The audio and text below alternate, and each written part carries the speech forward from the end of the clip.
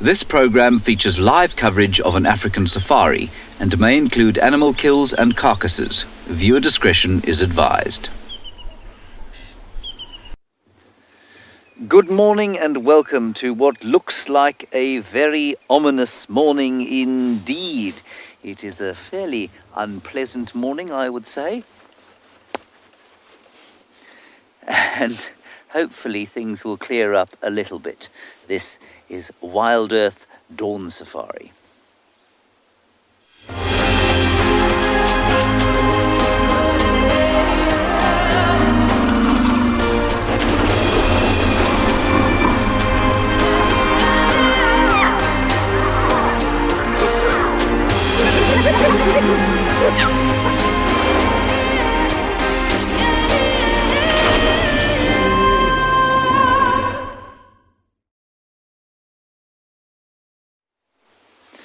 There are some wildebeest and they are hanging beneath the sky.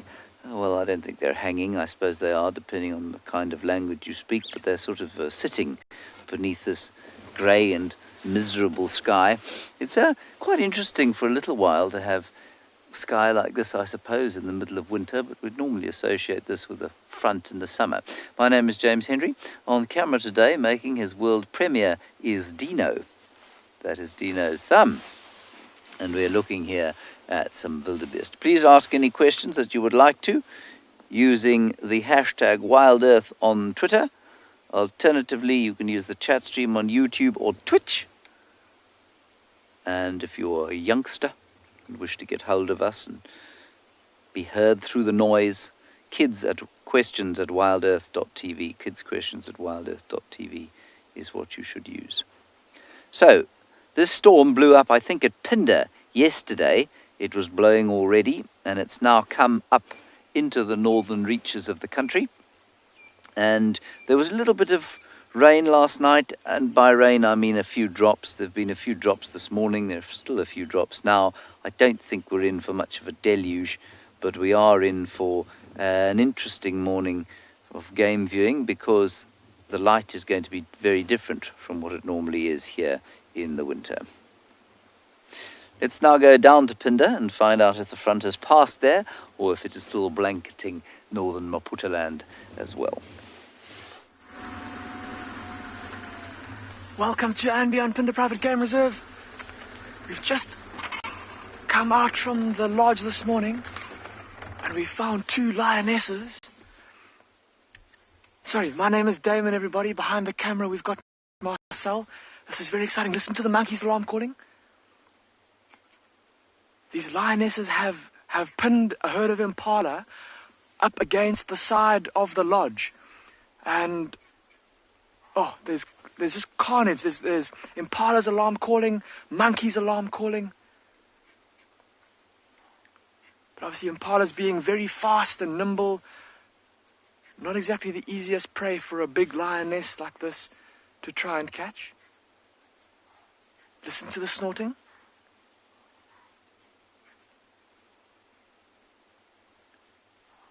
So all of that alarm calling is telling the other animals in the area there's danger here, there's predators here. It's telling the lions, we can see you. Don't try to come and attack us. So we're going to try and keep up with them, everybody. These 2 lionesses, looking at their bellies, tummies are pretty empty. So they're definitely hungry. We're going to try and keep up with them through this thick bush.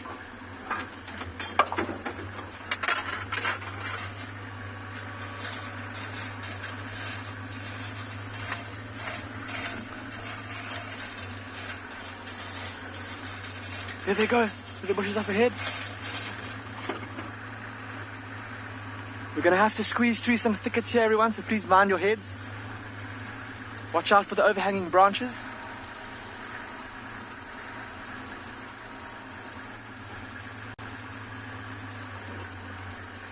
Okay, while we try and catch up with these lions again, let's go and say good morning to Barney, who I believe is driving through a riverbed. Good morning, everyone. My name is, welcome to and beyond Ngala. My name is Barney. I have got Owen behind me as a cameraman for the morning. We are currently driving in the Timbavati riverbed, just checking in a nice soft sand if we can find any tracks of a leopard this morning. We heard the leopard calling early last night. Sounded like he was calling from the same place few times, which can only explain that he was static, not moving around. So that makes us think that maybe he might had a carcass in the area. So as we drive in this riverbed now, it's nice and windy. Some areas, even if there was tracks, they might have been swept by the wind. But this wind stayed throughout the night last night, which means that it would have been slightly advantageous for the predators to be able to stalk and get as close as possible to their prey before they get spotted.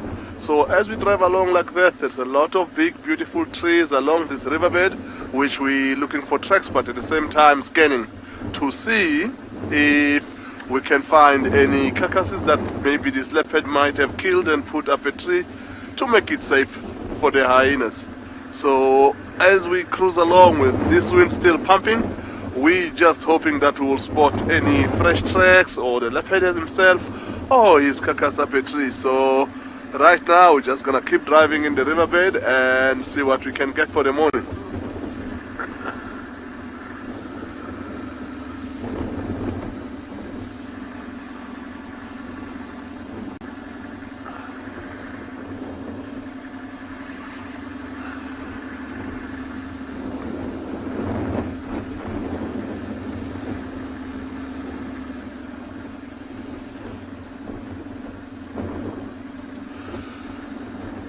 Flat Cat, it is cloudy this morning. The clouds are nice and dark, some of them. We also nervous about that ourselves, that it might start coming down.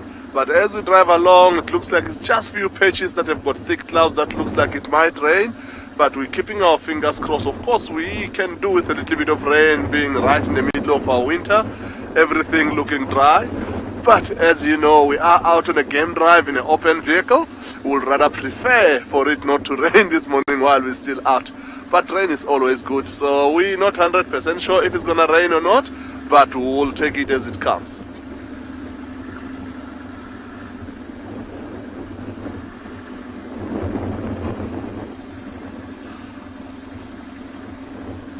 So as we cruise along this river, we will carry on searching for tracks and hoping to find something good this morning.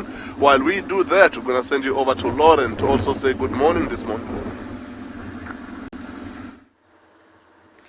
Good morning everyone. I'm sure everyone has complained about the weather, so I am also going to complain about the weather.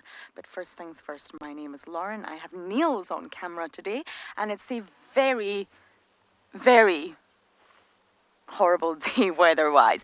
Niels will just give you a view. I'm sure you've seen it already. It's very, very thick clouds in the sky. We had rain this morning. It's grey. There's not enough ambient light, which is a tricky part for me. I don't actually mind the cold, and I really don't mind the fact that, well, there's clouds, but it's the lack of light that's really, well, hard for us. It's hard to see tracks.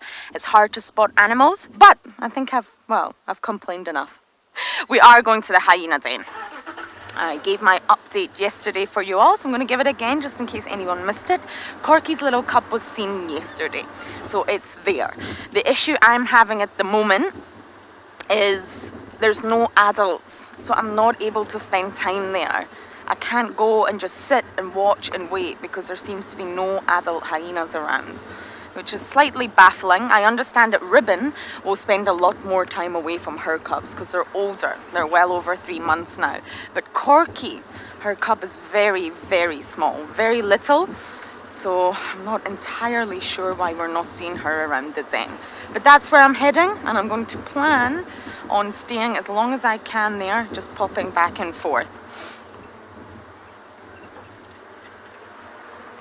Okay, so that's exactly where I'm heading, but you guys are going to head across to TAYLA, who has spotted her animal for the morning.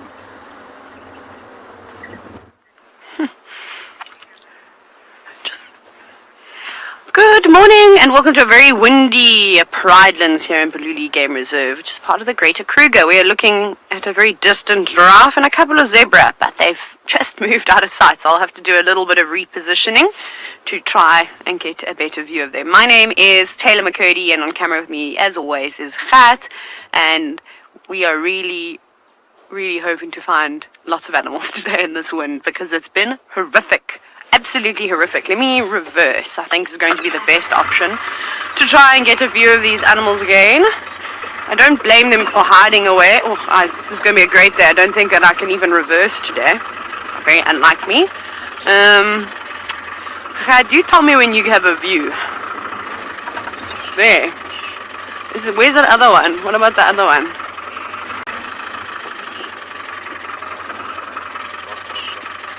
Okay, well, we have a quick look at the one giraffe on the rocks with the fig trees, and then we'll have to move on because I don't know how great our signal is here, I'm afraid. It might be a little bit touch and go, but yeah, it's in there by the fig tree. It's very difficult to see this morning. As Lauren was saying, it's all very grey and gloomy, but here we go, you can just see the giraffe's head moving around. It's a giraffe on the rocks today. That sounds like it would make a great cocktail name for one of the safari lodges when they eventually open again. But it's quite clever, feeding in an area that maybe not too many animals would want to walk up onto. I don't know how good a giraffe's balance is over rocky sort of areas, but anyways, it seems to be managing and staying up on its feet. I'm struggling with the branches blowing around and hitting it in the face. You can see it there closing his eyes every now and then, or her eyes every now and then. But it has been unbelievably windy, and you're going to hear about the wind, I think, from every single safari guide, as there is a huge cold front on the way in South Africa, and that's going to cause some interesting weather. I mean, the wind has been gusting over 30 kilometers an hour, maybe even a little bit more last night, to the point where most of our tents blew away. That was a fun time. Giraffe, how did you fare in the wind last night? Is that why you came and hired around here with all the trees? It'd be nice to actually watch it as it moves around on the rocks.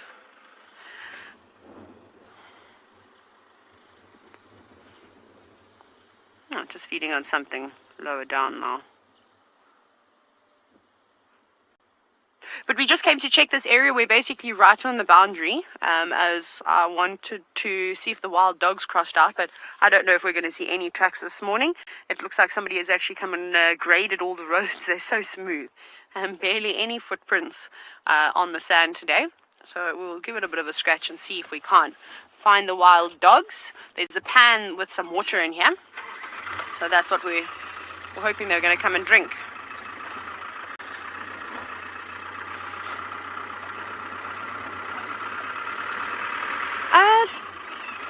Sorry, I missed the name there. Bex, can I have it again? Scott, sorry, there we go. From Toronto Zoo. So there were a couple of zebra with this giraffe. It's not uncommon to see different animal species all living around together. Both giraffe and zebra have got phenomenal eyesight. But I think on a very windy day like today, where the senses, especially the hearing and the sense of smell, is going to be heavily affected by the animals, that you might find that they all gather around on a day like this, or move into the sort of open areas, and it's fairly open around here, just across the boundary. It opens up quite nicely, so they don't really have a particular relationship. The relationship with zebra is obviously, besides the cattle egrets and the red-billed oxpeckers having their symbiotic relationship with them, is we normally see wildebeest and zebras hanging around together. For those of you that have never heard of the Great Migration, I'm sure it should be starting soon, up in East Africa, where the wildebeest and zebra travel a huge distance from Tanzania and go up into Kenya and cross the sand and the Mara River. So there we see a great relationship, because zebra don't mind the length of grass that they feed on, very much like horses. They'll eat tall grass, short grass, medium length grass, but the wildebeest prefer to have shorter grass. So zebras come in, leading the migration, mow the grass down to a level that the wildebeest prefer. So that's quite a nice little relationship. Otherwise, safety in numbers is obviously another important thing. So the dogs are coming in action, but this type of vegetation substrate is very difficult to track on because it's quite rocky.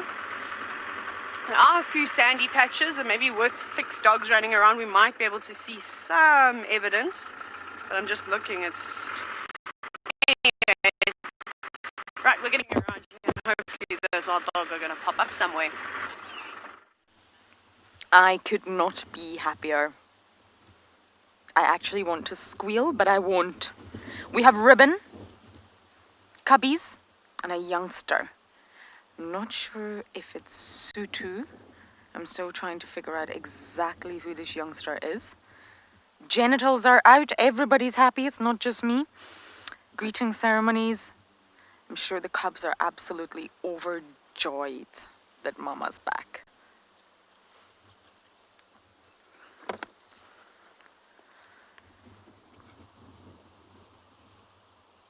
Ah, kike. Ah, I'm just trying to... Is this hyena over here got an injury? Niels, if we can just take a quick look. This hyena over here in the distance, it looks like there's an injury on its neck, but it could just be mud. It's walked away. Never mind. Oh, this is such great news. It means we can stay here. I'm not going to move for 3 whole hours. And hopefully we'll get a glimpse of Corky's little one. We can stay here, even though Corky's not here and adults here. And it's not just any adults. We have the matriarch herself. She's the boss at the end of the day.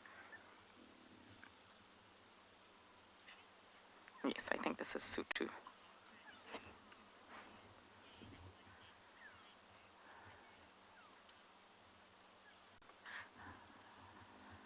Scott, you mentioned the pups. They're actually cubs. When it comes to hyenas, we call them cubs, not pups.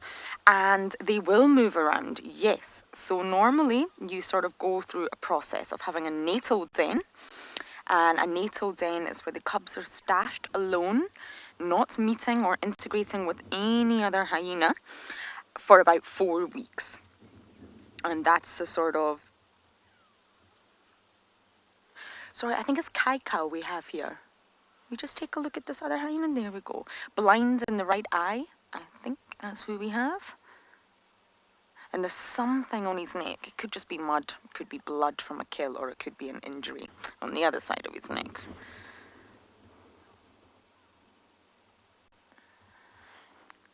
So we have a male here. How interesting.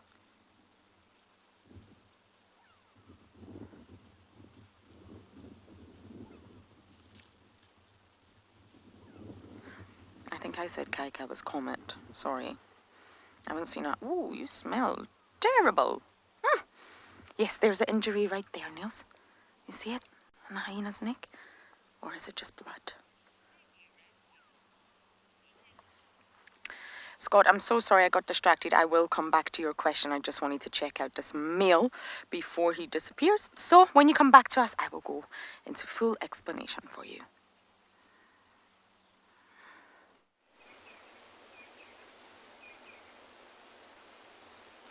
Here we've got the bottom of an elephant. We had the front end of an elephant, but unfortunately the elephant's now turned around to show us what he feels is his best side. It's a small herd. I've only seen 4.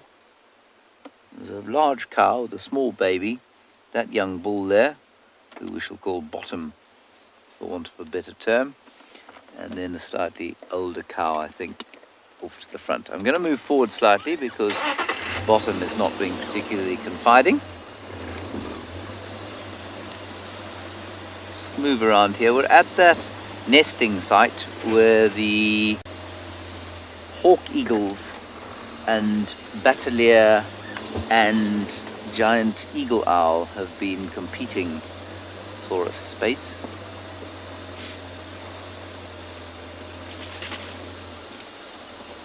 You've got to move quite carefully around elephants at this time of the day, and not this time of the day when the weather's like this, because they get a little skitty, and the one in front here has just done that, so that's why I've stopped, despite the fact that we're still behind the bushes. I don't like this weather. I find it nerve-wracking. I suppose most of us find this weather sort of nerve-wracking. Just give him a second to calm down, and then I'll move forward again. We'll try now, just so that we can get a view of something other than a bottom. Unfortunately, there are logs everywhere, booby trapping the place. So to move silently without making an enormous crunching, smashing sound is very difficult. Oh, there we go.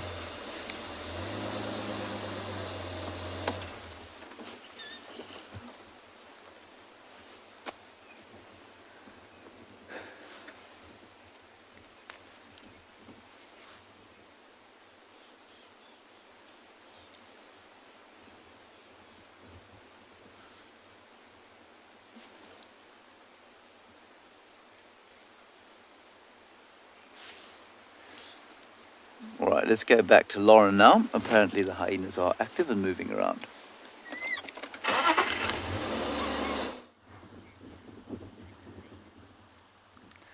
Ribbon's calling. There's lots of vocalizations going on here. James is right, the wind does make animals nervy, but it also can excite the predators. Predators are known to get quite excited with the wind.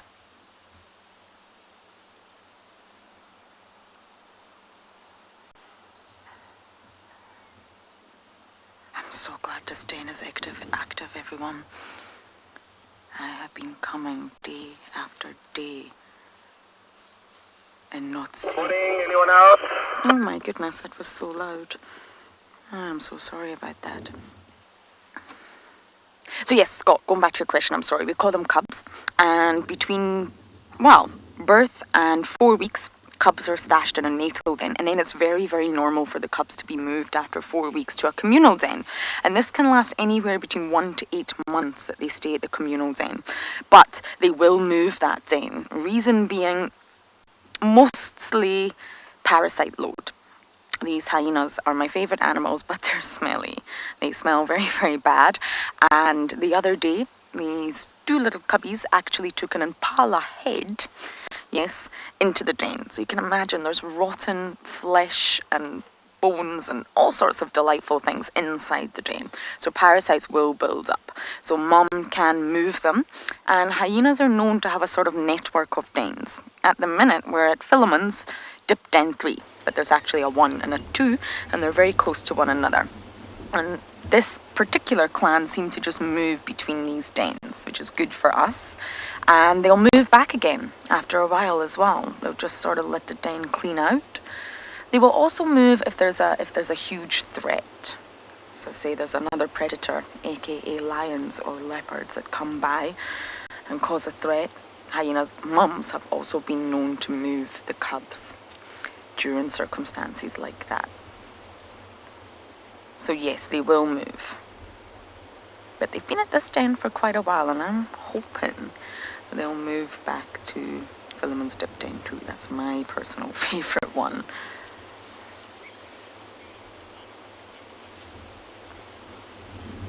A butterfly, not necessarily. If they're cold themselves, yes. But if they're not feeling the cold, then not necessarily. These two little cubbies, let's take a look at the cub snails, have been outside the den running around like crazy for 2 days now with no adults. They've got energy, they're much older, they're mobile. This is actually quite a small termite mound. They don't want to be stuck inside. So they will be out, but then of course, butterfly, if they do feel chilly, they'll go back inside for warmth, absolutely. But you know what youngsters are like? They'll pretend they don't feel the cold. And this is a great comparison of the two. One is much darker than the other one. One that's sort of with ribbon right now, you can really see a spot pattern there. It's much lighter.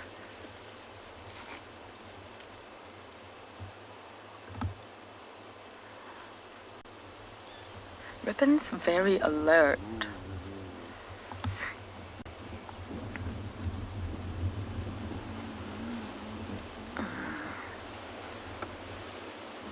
I wonder if she can hear something, but I can't. Now, Sutu and Swana are June's offspring. June now has a beautiful floppy ear from the matriarchal takeover, and they were born in November 2019. So they're not even a year yet. And you can see this is what these little cuppies are going to grow into. They'll be much bigger, but they'll also still be very, very fluffy and young looking. You can often tell a sub-adult from an adult. So of course, I'm not going to go anywhere. I'm going to sit with my favourite animals in the bush.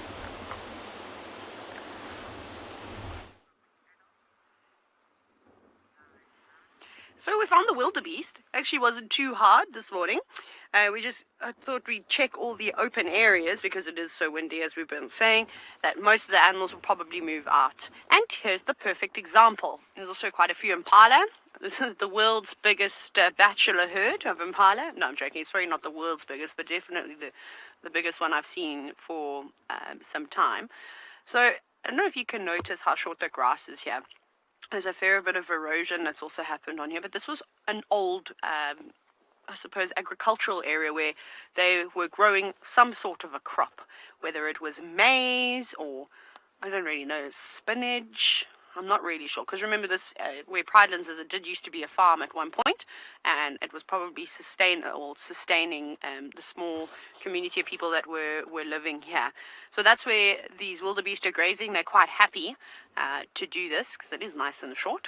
But hopefully at some point this area will be rehabilitated, but it's going to take quite a bit of time to sort of rectify something like this. But it's still very exciting, and that even in this day and age, we're still opening areas that were once wilderness areas that became farms, and then restoring them back to the wild. So the animals wouldn't come here if they didn't like what they were eating. So these are just the blue wildebeest, or the brindled gnu. And normally they're quite entertaining on a windy day like today. They run around in circles and chase one another about. But maybe not. Maybe we'll have to sit here for a bit longer to see if something else develops.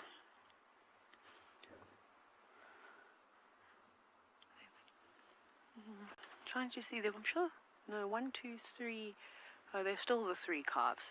So you can see the 3 youngsters just on the left there. Their horns aren't quite as big as the adults just yet. They are coming into, I don't know why I made a wildebeest sound there. They're almost a year. And a bit. Oh, very, very fat, which is good. Remember, you can send us lots of questions, and we'd love to hear from you this morning. So please remember to #WildEarth with your questions or comments or anything that you'd just like to share with us on Twitter, and then comment away on the rest of the social media platforms. Now they're all moving in the opposite direction. Where are you going, wildebeest? I don't think you'll be able to hear all the oxpeckers that are on them either. It's a bit windy. George, so, a fully grown wildebeest bull, I'm not going to remember how much the weights are, but in excess of 250 kilograms? Probably a bit more, Kat? A bit more? Maybe 350? Not too much more than that, though. They're not a very big animal. Hello, wildebeest bull. Speaking of the bull, he's just decided that we might be a threat, which is why he snorted at us. The journey just worked out that we're here. Yeah, they're not exceptionally big. They're also not very stocky. Like even zebras will weigh a little bit more. They sort of have a lot more meat on them. You little ones, catch up.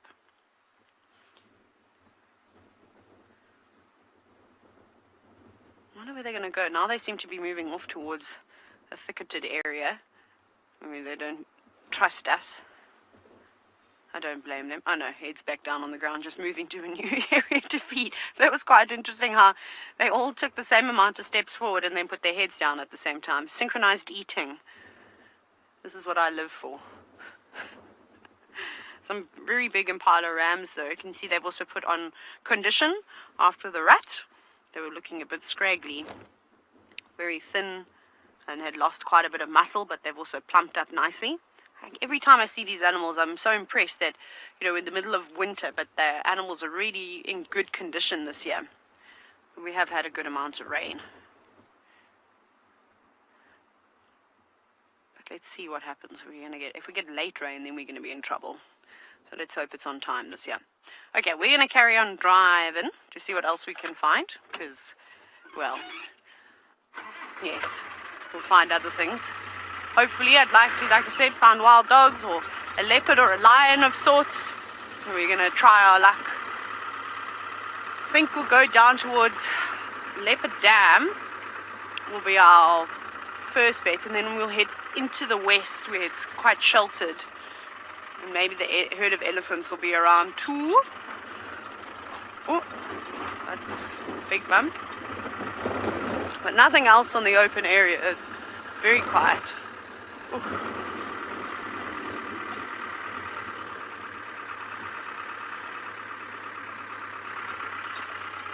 Seem to have lost the final control. Hopefully they'll... Okay. Are they? Okay. I don't... Wait.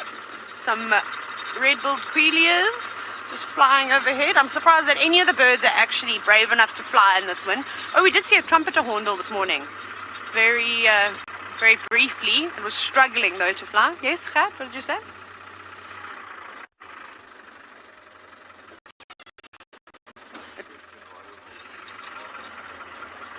Yeah, I'm going to carry on. So we'll just see what else we can find.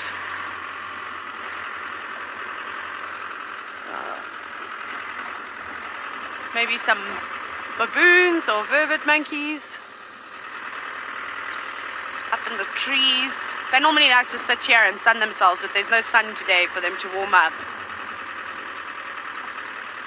At this rate, we're going to have to do just trees and plants.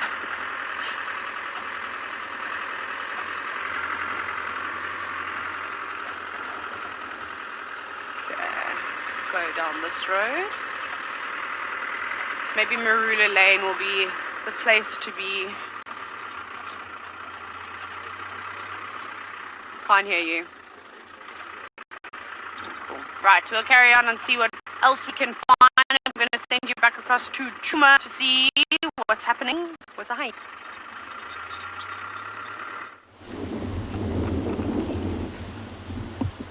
The cute but naughty cubbies. Sutu here just wants to play, and Ribbon doesn't want to play. Ribbon wants to just relax in peace.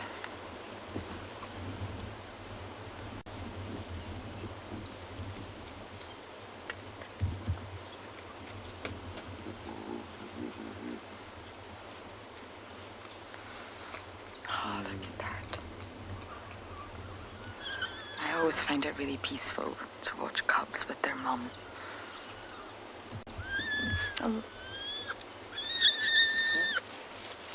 A lot of people think that hyena offspring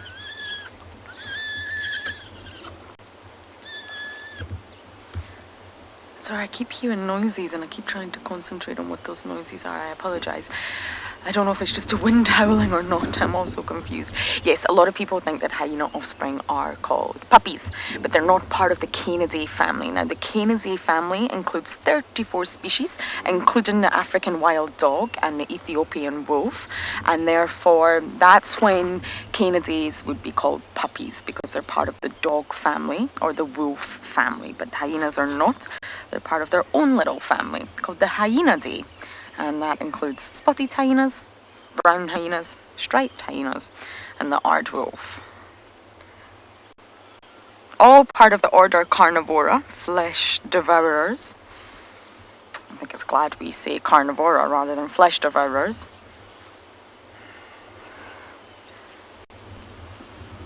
Bob, you're asking about the mortality rate for hyena cubs, and believe it or not, it's actually very low. It's not as high as you would think because they are very resilient animals, and it starts from the birthing process. So a hyena's birth canal actually takes a sharp 90-degree bend. and it's very, very narrow. So a lot of mothers die in that process, especially first-time mothers, which is really sad. And sometimes the cubs, normally hyenas give birth to twin litters. It's normally 2. 3 has been recorded and 1 has been recorded, but on average it's 2 cubs. And sometimes the cubs can also suffocate on their way out. So it's really not an easy sort of process for mother or young. And there's a mortality rate of 60%. So sadly, it's noted that 60% of the cubs suffocate on the way out, which is very, very sad. And this in turn can kill the mother. The birth canal is only 1 inch in diameter, and it's twice as long in hyenas than it is in other mammals. So it's a very, very difficult process, which can be fatal. Ribbon's lost a lot of cubs as well. We really, really hope that because she's matriarch now and life is a little bit better for her, that these little cubbies will survive. She's a good mum. She's raised Intima to success. Intima's a female, which is good for the clan. And she's now 3.5, almost. Which means she's an adult now. Intima's definitely an adult. And hopefully Intima will, well, have her own little cubbies at some point this year, as she's sexually mature now.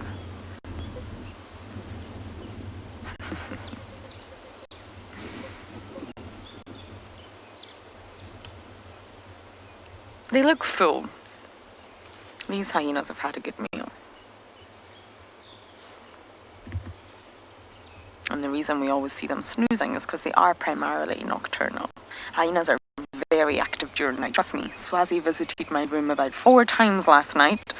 We had to shoo him away. He's looking for my shoes, actually. So I didn't shoo him away with my shoes, because that's exactly what he wants. But they're very active. They walk great distances at night time. They vocalize at night time. They can hunt at night time, and they scavenge. So just like lions and leopards, they're primarily nocturnal, at least in this part of the world.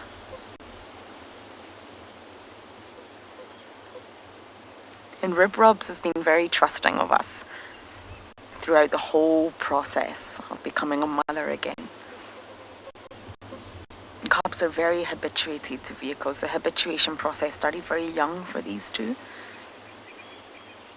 And I think that's a really, really good thing. They are aware that the vehicles are not a threat.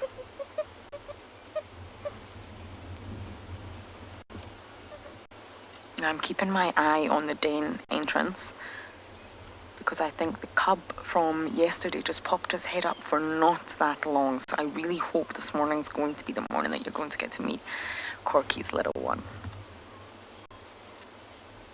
But what I am finding interesting is Corky and Ribbon. I haven't seen them at the den together. I find that fascinating. Are they doing a bit of a timeshare? Are they avoiding one another? I do not know. So sit tight and the wait for the little cub begins.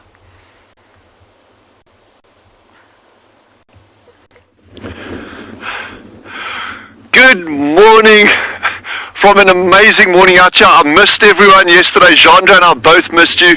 It's another stunning day at Swala Kalahari. We are branching out today a little bit. No, but seriously, we apologize. We had some tech issues yesterday that was completely beyond anyone's control. We did try. I spent the afternoon trying to find this crazy duck nest with no success. But we are on our way up to the meerkats again. We're holding thumbs. There's a lot of wind this morning. You can see how this tree is moving from the wind like that. But yeah, we're going to go up to the meerkats now. They're about 5 minutes up the road from us. And yeah, we're just going to spend the whole morning there and see what we can get. Yes, there's been some amazing stuff going on here last night. There's cheetah tracks everywhere. There's buffalo tracks. So let's just go out and have an amazing day, and it's good to have you with us.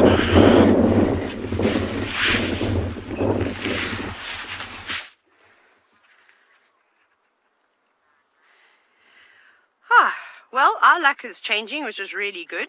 And normally we can hear the big male lions roaring in the distance most nights, but we wouldn't have heard anything. We could have had a big tree snap right next to our tents and wouldn't known.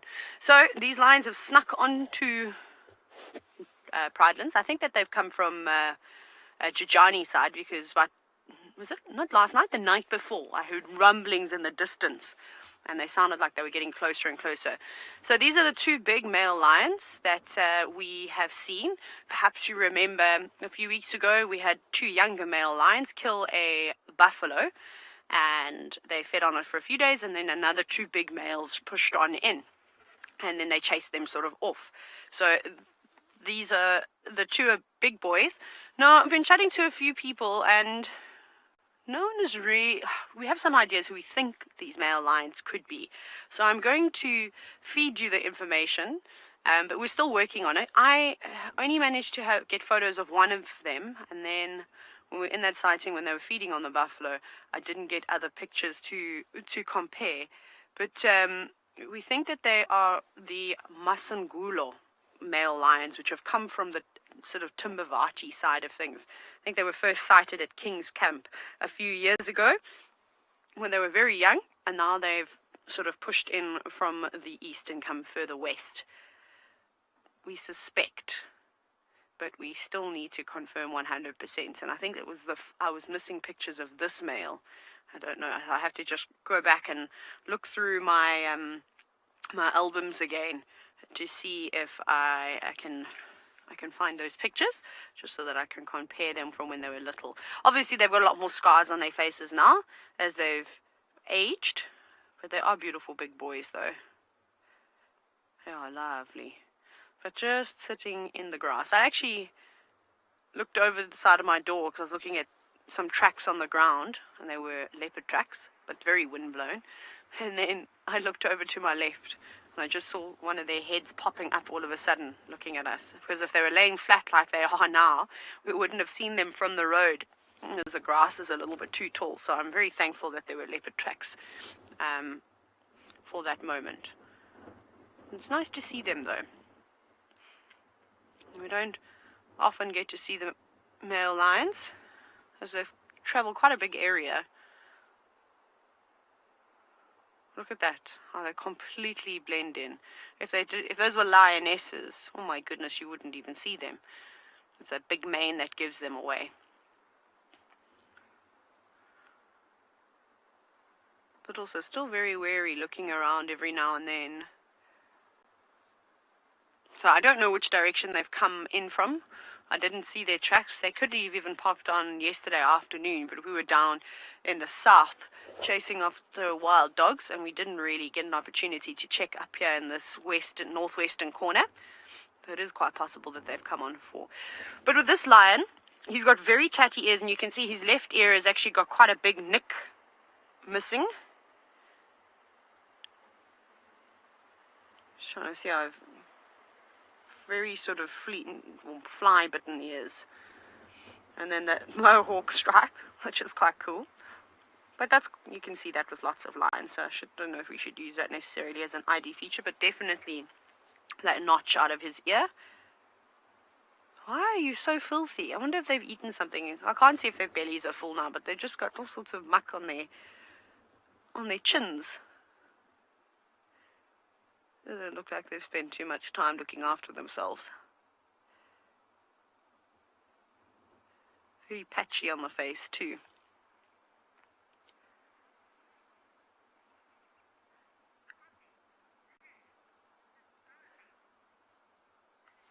Cool, it is quite lovely to see something like this. You can see how that lion has just lifted his head now. He can hear another vehicle. I can just hear the rumbling in the distance, so that's what he is watching. Excuse me. Sorry. I think that's what he was listening to. Or maybe he's seen something, but I thought that I could hear a vehicle.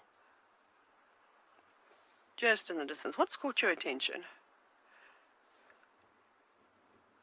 This is sort of a hot spot for the animals to move around. There's a huge animal pathway that runs on either side of this drainage line, sort of parallel with it. So there's often lots of warthogs. There's loads of termite mounds around here. And the warthogs will probably be inside their burrows a little bit later, so maybe they're waiting for one of them to come on out.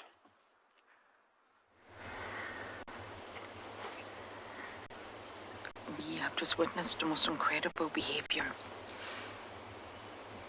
The cubs are squittering, which is a really high-pitched something like that. Along the lines of that. And we call it squittering. That's the vocalizations that a hyena cub makes. Every time the cub squitters, Ribbon chases Sutu away. Every time the cubs get a fright, because it's very windy, there's lots of different suns around, and the cubs run back into the den, Ribbon goes and calls them out. You are a fantastic mother, Ribbon, and we all love you. It was difficult to accept Ribbon's initial takeover because Corky was the matriarch. But I think Ribbon's really proven herself, and it's not been an easy ride for Ribbon too. She's done so well. Jerry, you're asking how long will the little one suckle for? Well, hyenas actually have one of the longest sort of lactation periods in the animal kingdom. Their milk is incredibly rich in protein, fatty acids, calcium, and they have an extended lactation period. So, on average, it's 18 months, which is a year and a half, but it can extend to 2 years. And it takes 2 years for the cub's jaws to spring into action before they can really crunch through bones and toughy tendons and horns and all sorts of delicious things. And that's why they stay in milk for so long. They will sort of dabble with meat before then, absolutely, but it will be the softer parts of the meat. So it's a really, really long time that they suckle for. Milk is so rich. Again, it's one of the richest, and it's safe. It's safer than eating, well, rotting flesh, shall we say. So these...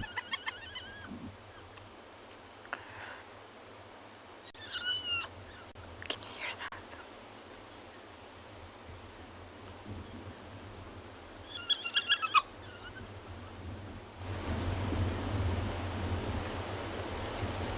That's squittering.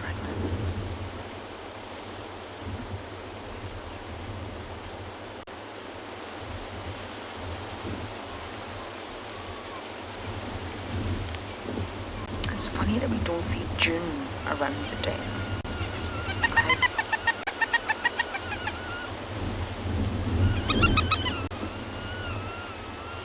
I saw June the other day with Tandy.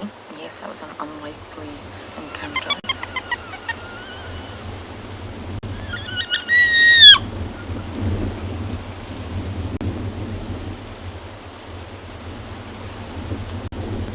You see Ribbon reacting? She wants to know what's wrong. Why is the cub squittering like that?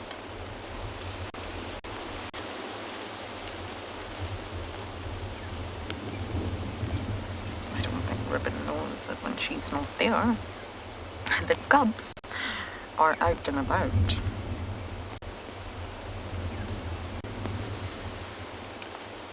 I'm so glad I'm getting the chance to stake this out today, so our watchful eyes are still on that hole for any glimpses of Corky's little one.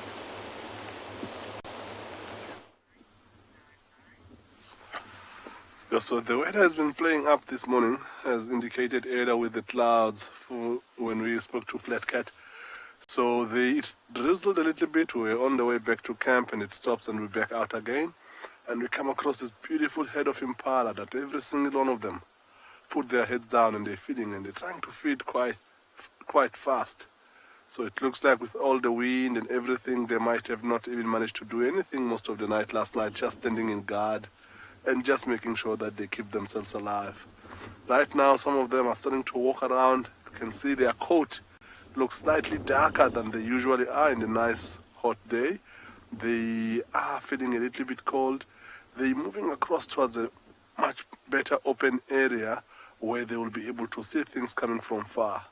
it looks like that's where they might go feed for most of this morning. So when it's this windy, being in a thick bush, although they can't hear anything, it's quite a dangerous thing because they don't know if it's the grass moving or it's a bush just moving or a leopard is about to take them. So every single minute that goes by on their side in a day like this, it is just being jumpy everywhere. So going to the open area will help them a little bit to be able to scan and look and see quite far without worrying too much about who is going to get to them. So majority of them have already crossed the road, and it looks like they're gonna disappear out of our picture shortly. An update from our trackers: they've just found tracks of the Birmingham Pride. We will be heading towards that area. They haven't been in there in a while, but they're trying to get across quite quickly. Look at the ram staying right at the back of them, like he's guarding the rear to make sure that everything is safe. So as they disappear, we will go towards our trackers, and then we're gonna go start trekking and see what we can get. And while we do that, we'll let Taylor take you through today, through her lines that she's already got, and see what we can get for the morning this side. Barney, I hope that you can join in on the big cat party. It'd be great to see how the Birmingham Pride is doing. But our boys are not doing too much. I wonder if they've just spent the whole night walking around.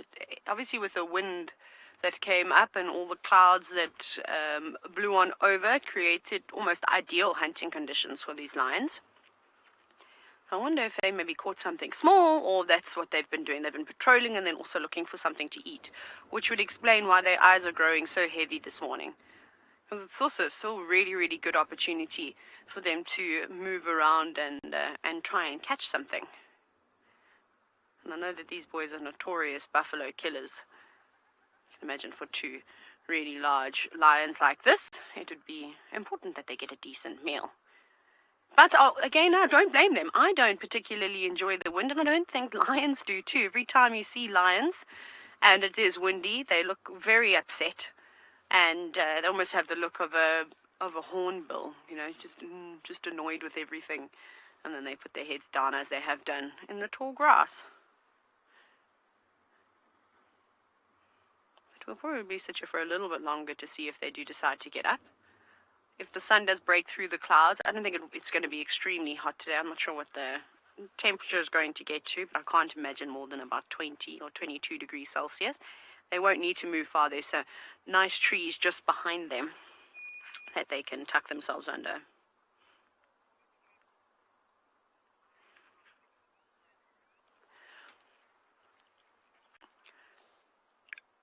Now, something that is really difficult to do, and unless you have seen these lions, you know, from the pride that they've come from, you wouldn't likely be able to tell if they were brothers. So Scott, it's tough. It's a hard one, especially because these two males are a bit of a mystery. They just sort of arrived when they were about 3 years old, and then moved around on Thorny Bush and Timbavati, and then sort of, you know, like I said, came to side. So they could be blood brothers, as in the sense that they come from the same female, or they might just have come from the same pride. Most of the time that's what happens. Males of a similar age from the same pride will leave together. So not as uncommon as I think a lot of us believe for male lions to also just join up. I always talk about the one interesting sighting we had. It was a lion named Freddie and another lion named Solo that we used to see in the southern Sabi Sand, and they were from two completely different prides. They kind of lived a solitary life, the two of them, and in their old age they met up and formed a coalition, and then they were seen all the time together. So sometimes I think they can put their differences aside and realize the importance of living in a coalition rather than trying to tackle the wild world on your own. Not always, of course, but it does make sense to rather join up. But I would say that they're most likely from the same pride. They look very similar, though. I mean, their facial features are quite similar. It's uncanny that they both have that black sort of stripe running down the middle of their mane. Maybe that's got something to do with their genetics, but we can really only surmise unless you were to do a DNA test. Or if you could find some photos from when they were young cubs, you know, and try and match the spots and things like that. But that'll be quite difficult, especially at their age now. Like I said, they're covered in scars. Their ears are very tatty. You know, a little cub has normally got a beautiful fresh coat of fur, and their ears are nice and smooth and virtually no scars. So they definitely look a lot different from when they were just a couple of months old.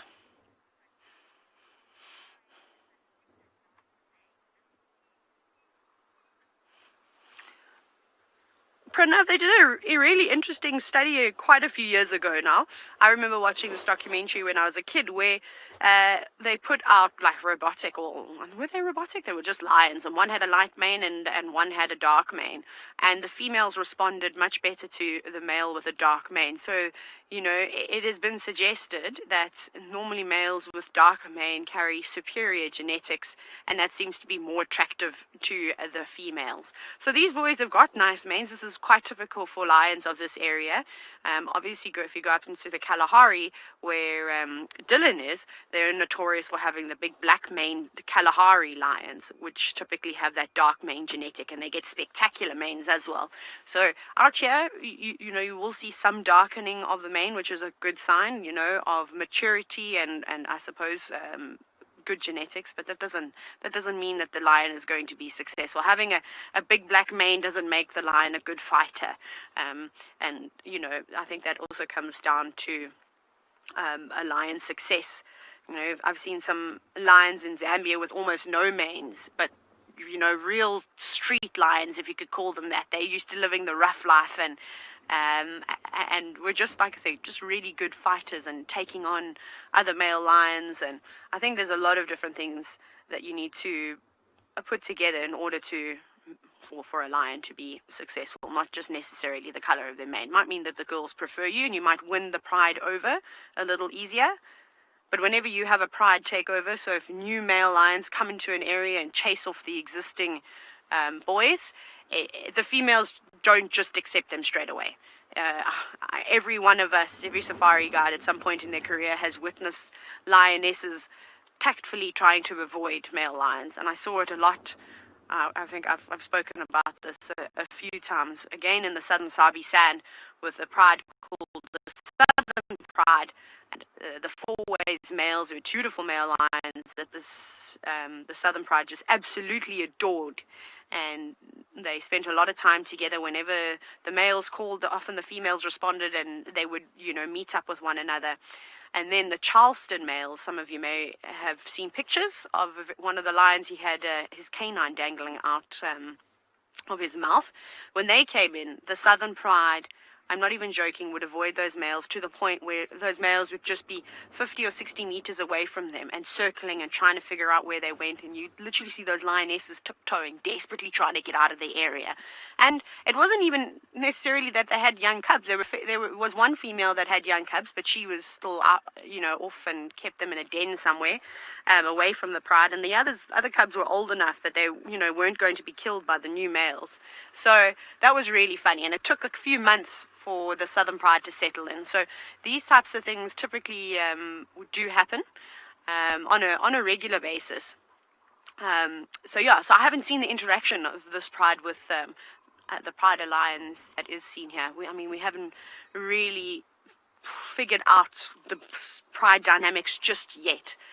There's obviously just a lot of hearsay from what we've heard from everybody else, but it would of course be nice to be able to witness everything ourselves.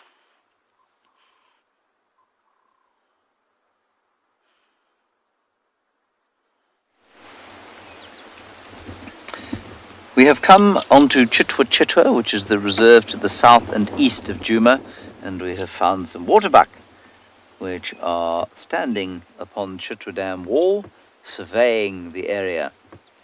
Well, I suppose if you have a nice warm coat like these chaps do, then standing out in the wind like this might seem like a good idea, especially as it gives you a good vantage over which to check if there are predators coming to devour you. At this stage, I don't think there are any predators coming to devour our young waterbuck group. It's a group of young bachelors, youngish bachelors, two quite young, two on the verge of becoming adults. at which point their hitherto friendly relations will come to an end. They are staring quite intently down into the riverbed that has been dammed here, but there's not a great deal of consternation or alarming, so I don't think an enormous pride of lions is about to emerge from the bushes.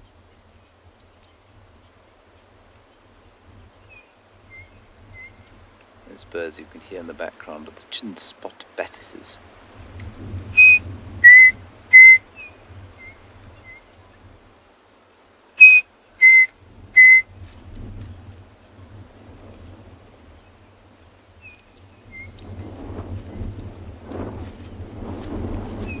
It is a thoroughly miserable day here in the Lowveld. Weather-wise, I mean.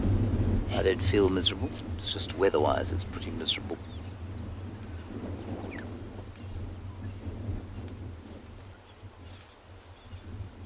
So you can see that they're not all the same age. Those two are, I'm going to say, pushing 3.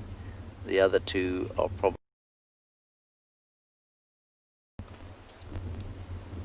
yeah, maybe actually sort of... yeah, probably 1.5 and 2.5. So those chaps 1.5 years old, and the other two 2.5 years old. And you can see it very clearly from their size, and also, of course, from the shape of their horns. And the two older ones, not quite yet territorial. They'll become so in, I imagine, the next year or so.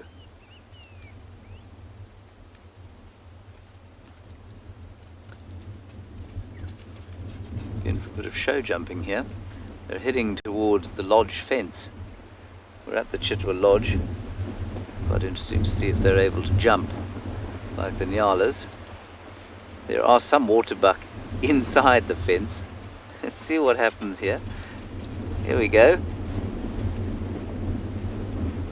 Are we going to do show jumping or show diving? I don't think they can go under that fence. I think they can only go over it because there are 2 lines at the bottom. This could be fascinating. Look, I know that a fence is not the best thing to be looking at on a game drive, but if it shows the physical abilities of our subjects, well, that's okay then. Now, Nyala, well, that fence is what? Probably about 1.5 meters tall. No, maybe a bit more. Probably about 6 feet tall, 1.8 meters. And a Nyala will jump over that with a standing start and hardly even break stride. I'm not sure if a waterbuck is capable of the same. So I'm not sure how those other waterbuck got in there. Maybe there's a low point. Maybe they came in the gate. These chaps don't look like they're going to go and join their friends inside.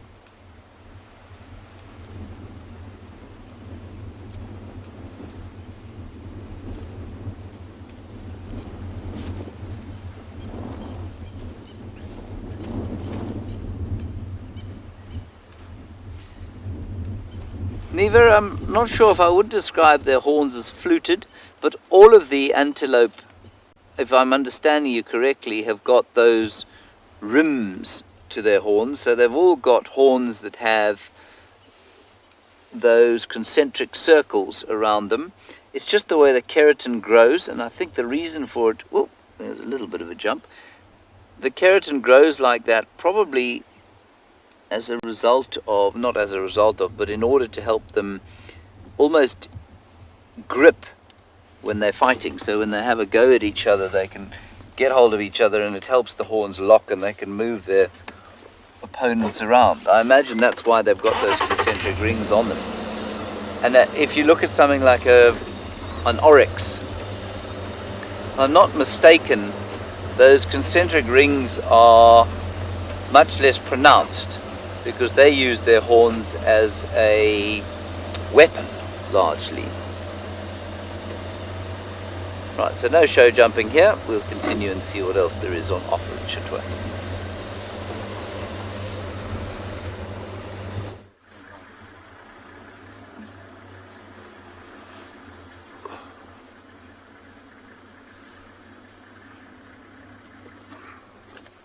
So that getting the back end of these two bulls, they walking in such a thick bush, but they're very close to the river itself. It is bulls that looks like they might be on a trail of the whole herd, but they're moving quite quickly, so they're not sticking around too much. I do think that if they carry on moving like that, we might get a better view of them crossing the river in the next few minutes. But the area they are on, it's a little bit difficult to maneuver and try and keep a distance away and still see them. So as they go like that, we will try and loop around to see how they carry on with the morning. We might be lucky to actually even find the rest of the herd, maybe so a place where they've crossed the river earlier on. So we're gonna start up and try and loop around.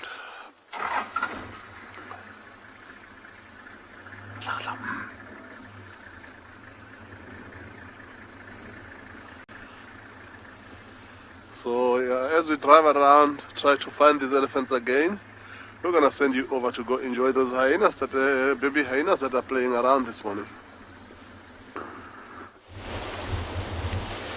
Our situation's calmed down quite a bit. Everybody's relaxing, except the wind.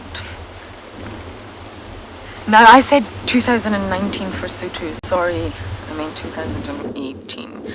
I am still in 2019. I've not really accepted 2020 yet. I apologize about that. Even when I write the date down, which is very rare these days, because normally we use computers, but whenever I write, for some reason I'm still stuck in 2019. So Sutu was 2018. Apologies. And she's very, very full.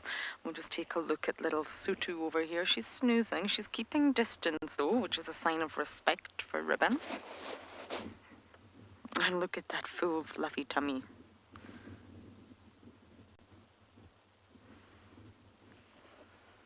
So she's not even 2 yet. So she's still very much a sub-adult. She's still young. She's still learning.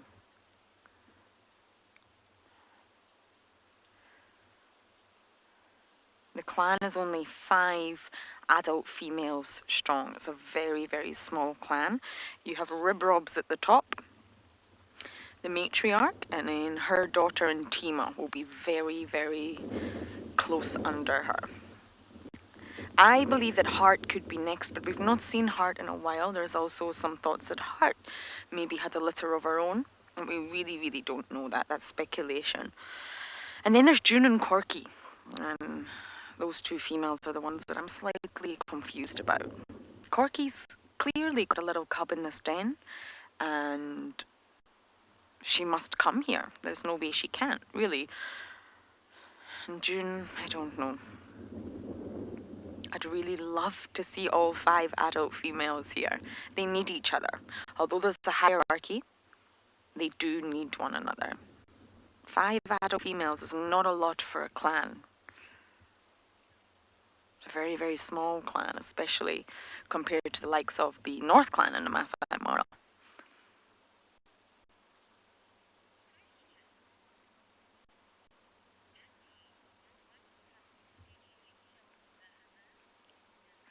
Dizzy, absolutely not. So it was thought for a long time that hyena cubs and twin litters committed canism or siblicide. It's completely been debunked. It's absolutely not true whatsoever. Now, within twin litters, you will always have one dominant one, and that's the sort of natural path for their lives. They can both have the same rank. One cub will always be dominant, even if it's just marginally so, over the other cub.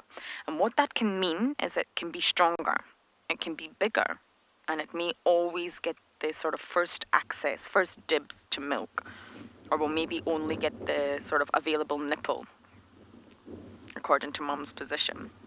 So therefore the other cub may just become weaker and may eventually die from not getting enough milk, or maybe get injured from the other cub, but it's not intentional. It's not direct siblicide. It's indirect. So it's very common for a mother to lose one cub, unfortunately, but it's not through the other one killing the other one. But it was thought to be that way for a very, very long time with hyenas. But that's sort of been debunked, and it's really not the case.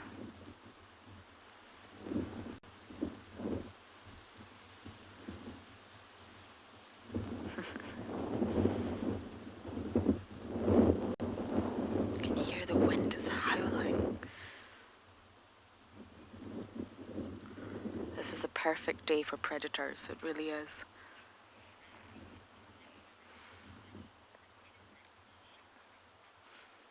So of course, I'm still going to sit here and enjoy every moment, but you guys are going to go across to Barney with an elephant.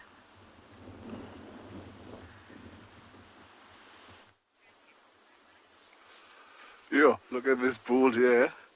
As he feeds, he decided now he's gonna just open his hose pipe, and a lot of water is flowing out of that place, and there's few little drops coming from his behind. It looks like he's making space for a little bit more grass that is busy taking underneath that big tree there. So for a bull like this, this is the story of his life. This is what he does for most of the day. Walk, keep eating up to about at least 20 hours in a day out of the 24, just to keep that big body going. Barney, you coming? So he slowed down a bit. When they were coming from further up, they were not feeding as much, but it looks like he knew where he wanted to go feed. So right on the bank of the river like that, the grass must still be a little bit lush.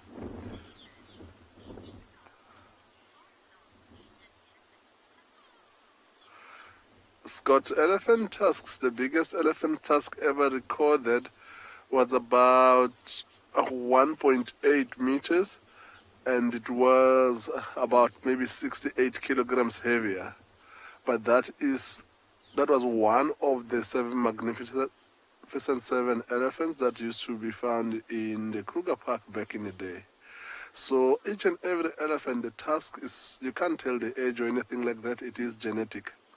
But majority of those big tuskers that used to be around back in the days died, and some elephants were poached, so that gene pool seems to be a little bit scarce these days. So this bull over here looks like it's quite an old one. You can see it's a big beast, but you can see how his tusk is reasonable, but not as huge as those tuskers will be.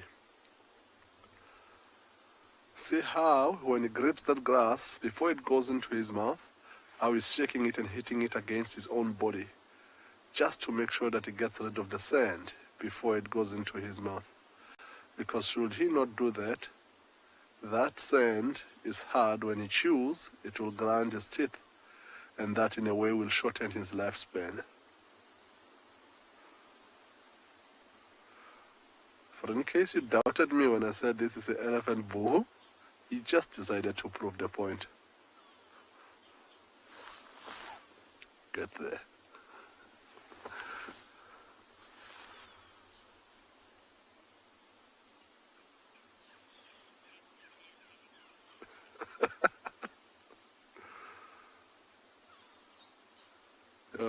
Where we're sitting now, we hear grey go-away birds all over around these elephants calling, and one goes to wonder if these birds could have spotted the pride of lions we've been tracking, or it's just them just maybe seeing something else. But if this elephant has spotted those lions, we'll definitely know about it, because he wasn't going to keep quiet about it. We'll try and chase them off. So this is still quite a cool morning, but you see how infrequent he flaps his ears. He flaps his ears once every 3 minutes or so, whereas if it was in a nice hot summer day, those ears will be going non-stop the whole time.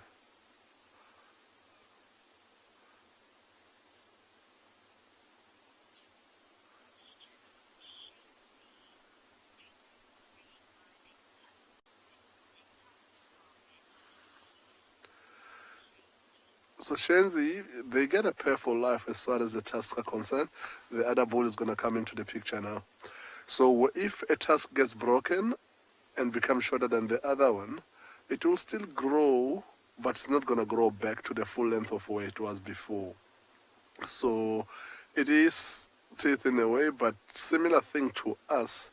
If you break a teeth as an adult, it will never grow back. But if you break it when we're young, when you're still going to get it off, then you'll get another one. So the tusks don't grow back once they're nice and big. Tusks doesn't come out when they're very young. They only start showing anything from 2.5, 3 years old, and that is the pair for life. That breaks, it's done. I don't know if you've seen the other bull just walked across further back from where this bull is standing, and we haven't really seen any other signs of the herd that we thought that they might be following. So this might be just two buddies that are hanging around together, following this riverbed and feeding on this nice lush grass. And at the moment it looks like they're gonna keep feeding where they are for quite a while. Since we've got tracks on hand to try and track, we're gonna let them be while they carry on feeding. Try and see if we can catch up with these lions. Maybe they're still on the move. Welcome back to, excuse me everybody, welcome back to and Beyond Pinder Private Game Reserve. It's been a while since you last saw us, and we were following those lionesses for quite some time, watching them try to hunt. Unfortunately, they were unsuccessful, and we lost them in a very dense thicket. But we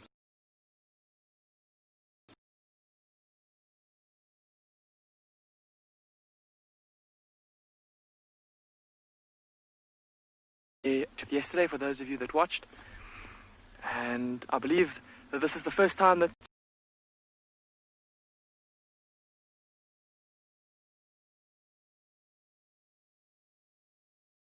but look at this.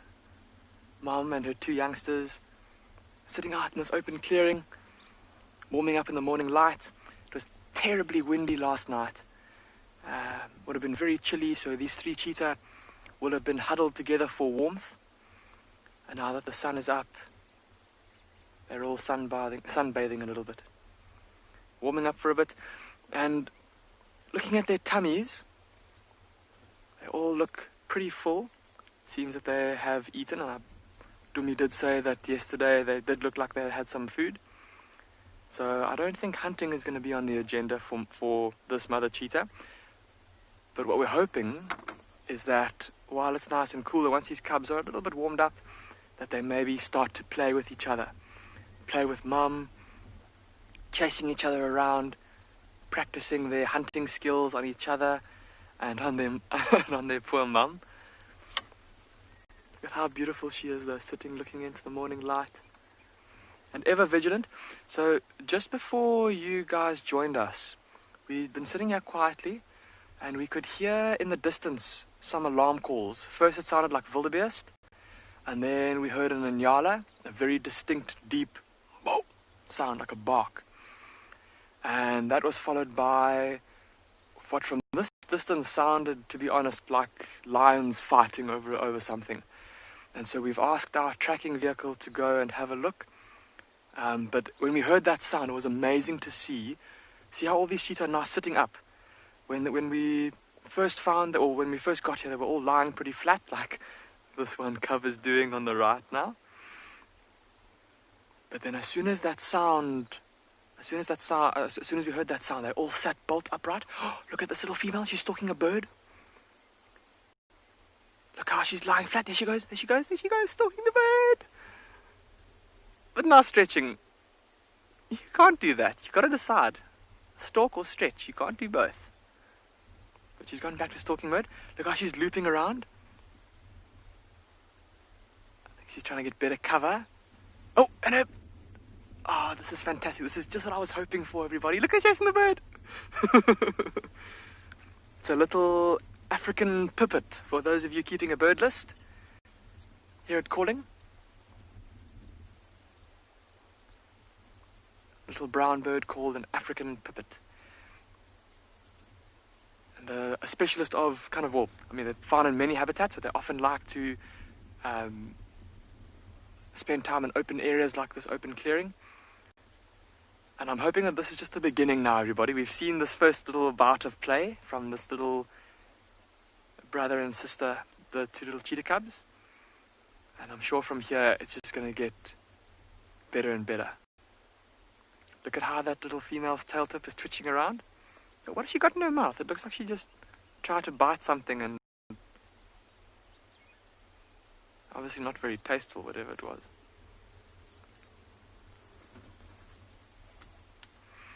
And she's now looking in the direction of another poor, unsuspecting African pipit. I wonder if she's going to try and stalk it.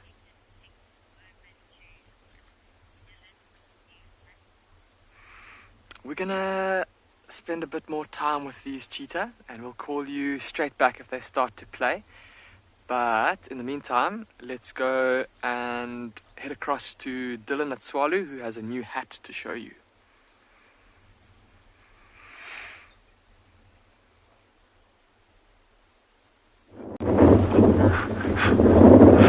So we've got this little square that we did with for the tracking to see what's crossed over it. There's a little bit more activity last night, so let's have a look at this briefly. The meerkats aren't even out of bed yet. There's a lot of wind, so they're still safely tucked in bed. Okay, so we had armoured ground crickets yesterday, a very, very poor bird impression, some larvae, probably antlion or tiger beetle larvae, and there was something else. Anyway, the hobbit. But this morning we've actually had these large imprints coming across here, going across like that, going out that way. That is a springbuck. The fact that it's a single animal probably indicates it's a ram, a larger, a springbuck ram, so a male. And then what else? Oh, then we got this very fine, delicate set over here. There we go. These little indentations there. That's a tenebrionid beetle. Tenebrionid beetle, which is a kind of, in South Africa we call it tok-toki. It's once they tap the abdomen on the ground, the males, when they're trying to attract females. Again, we're kind of like coming to the end of those. But if I find one, I'll actually show it to you. And then here's another interesting little one. We had this bird that came in from this side. These little indentations here. Like that. Ding, ding, ding. Dink, dink, dink, and then it actually tried to ferret something out around here, around these little bushes over here. Then it turned, and then it went out that way over there. That's probably a lark of sorts. Difficult to say which one. Out here, I would guess probably something like a spike-killed lark. Oh, we got a meerkat out. A meerkat has just come out. Ta-da! There we go. Good morning, little meerkats. Oh, there's two out now. Jeez. How cool is that? So anyway, there we go. There's the meerkats. But yeah, so that's just on the tracking thing. So it's just interesting. We'll do another sweep of this and see what happens during the course of the day today. Good morning. It's quite windy today for them. So let's just wait here and see how long it takes for the others to pop out.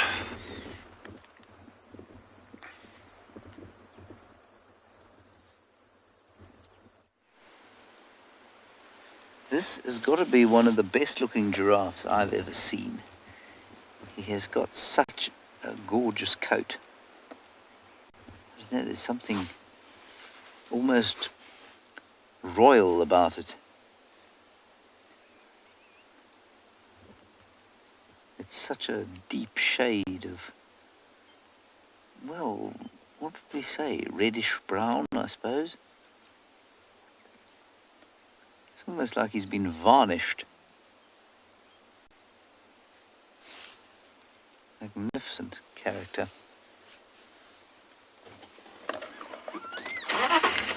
We'll just go back a little bit, see if we get another view of him.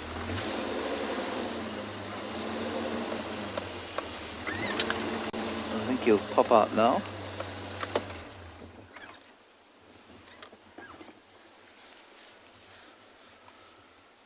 There he goes.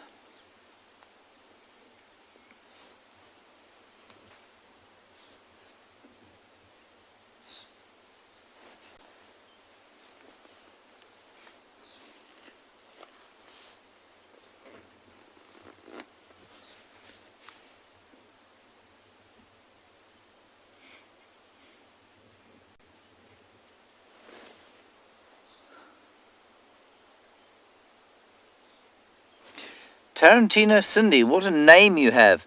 Do any animals suffer from alopecia? Well, I think alopecia is a generic term for hair loss, isn't it?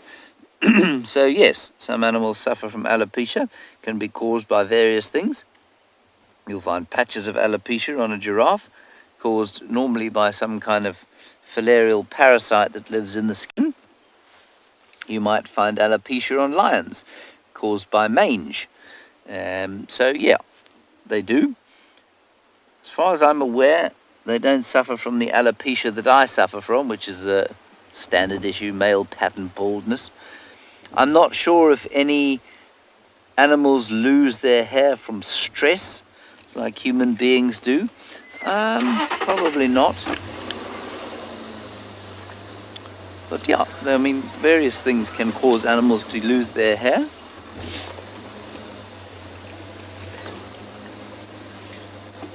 The thing is, I mean, much like, you know, most of human hair loss and that sort of stuff occurs again because we have lifestyles that are not what we evolved to. So, you know, things like the alopecias and post-traumatic stress syndrome and all that sort of stuff that afflicts us doesn't afflict animals to the same extent because they don't live in environments in which they have not evolved to live in. And I mean, I know I've banged on about this a lot, but I think it's quite an important concept to understand. Then a question about whether or not giraffes of different species have different colors. Yes, they do have different colors. They are not all the same color. Well, they are similar colors, but not all the same color. They have different shapes of markings on their skin. But in general, they are lighter, sort of honeyed yellow in between the reddish brown patches. They're all that kind of general color. But sometimes the patches are much redder than at other times. Sometimes the bits in between are much whiter. And so, yeah, no, you do get different variations on the same theme, I would say, as opposed to different coat colors entirely.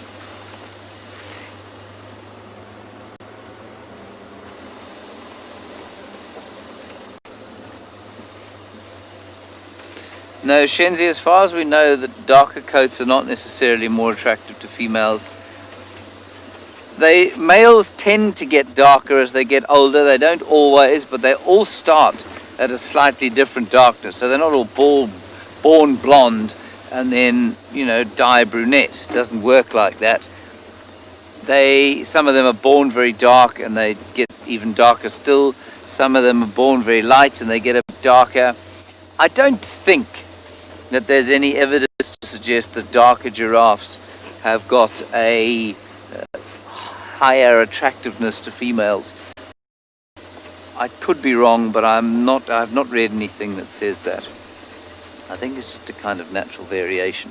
And I think that we wouldn't see nearly so much variation if there was some kind of sexually selective pressure for darker giraffes. We're going to go up the Mlawamati drainage line now.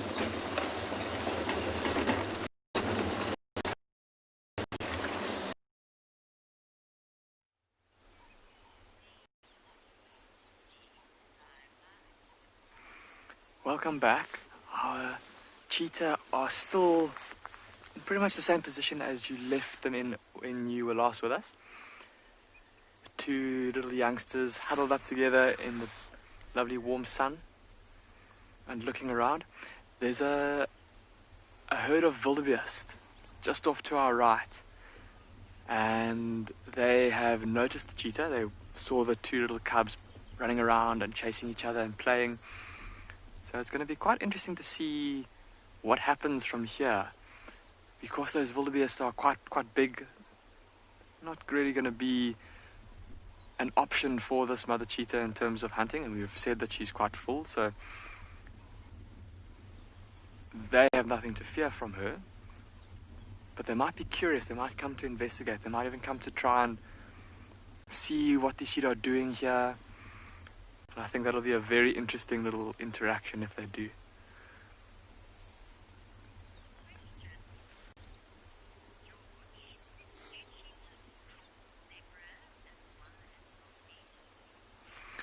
George, you're asking if cheetah hunt zebra and wildebeest. George, generally speaking, adult zebra certainly are very big. Can you hear that? Can you hear that, everybody? It might be just too faint. There's definitely lions. Did you see how those cheetah all immediately looked in that direction? There's lions busy fighting over a kill somewhere on the other side of those trees. Oh, I'm sorry, everybody.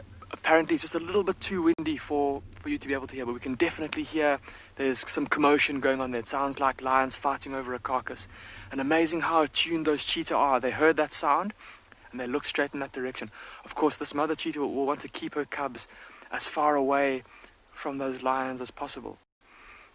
But sorry, George, to come back to your question. So, an adult zebra, being so big and having that powerful kick, is too big and powerful an animal, even for two big male cheetah or a coalition of male cheetah to take down. But something like a wildebeest, especially a younger one, an adult female even, I've seen male cheetah taking down adult wildebeest before.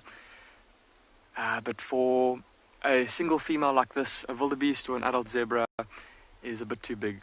She would be able to hunt a young wildebeest, but she would of course run the risk of having retaliation from the rest of the herd. They might come back and try to rescue the calf. Similar case in terms of a herd of zebra.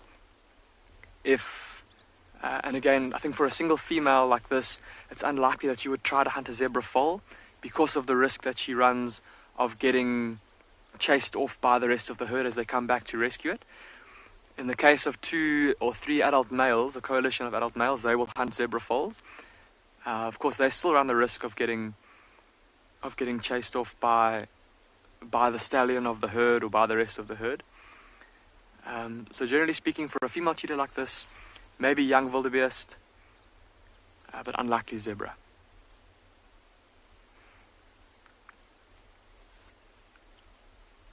So I wonder... Oh, it's good to see that this mother cheetah is now so relaxed. Even in the presence of these lions, I mean, she can hear the lions, and I suppose she knows that, look how the cubs are starting to play. She knows that if she can hear them, that at least she can keep tabs on where they are, and she'll be able to keep away from them. Just a reminder, everyone, that this is live, and we would love to hear from you. We'd love to hear any questions that you've got for us.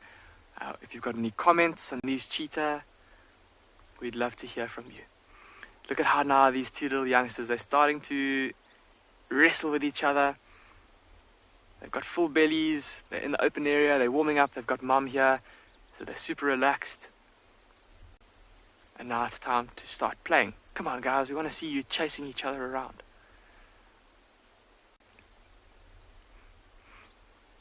And just with us being in this open area and us being able to hear these lions in the distance and having these cheetah here in front of us, it reminds me of the one morning that we were driving through here following a big male lion on his territorial patrol.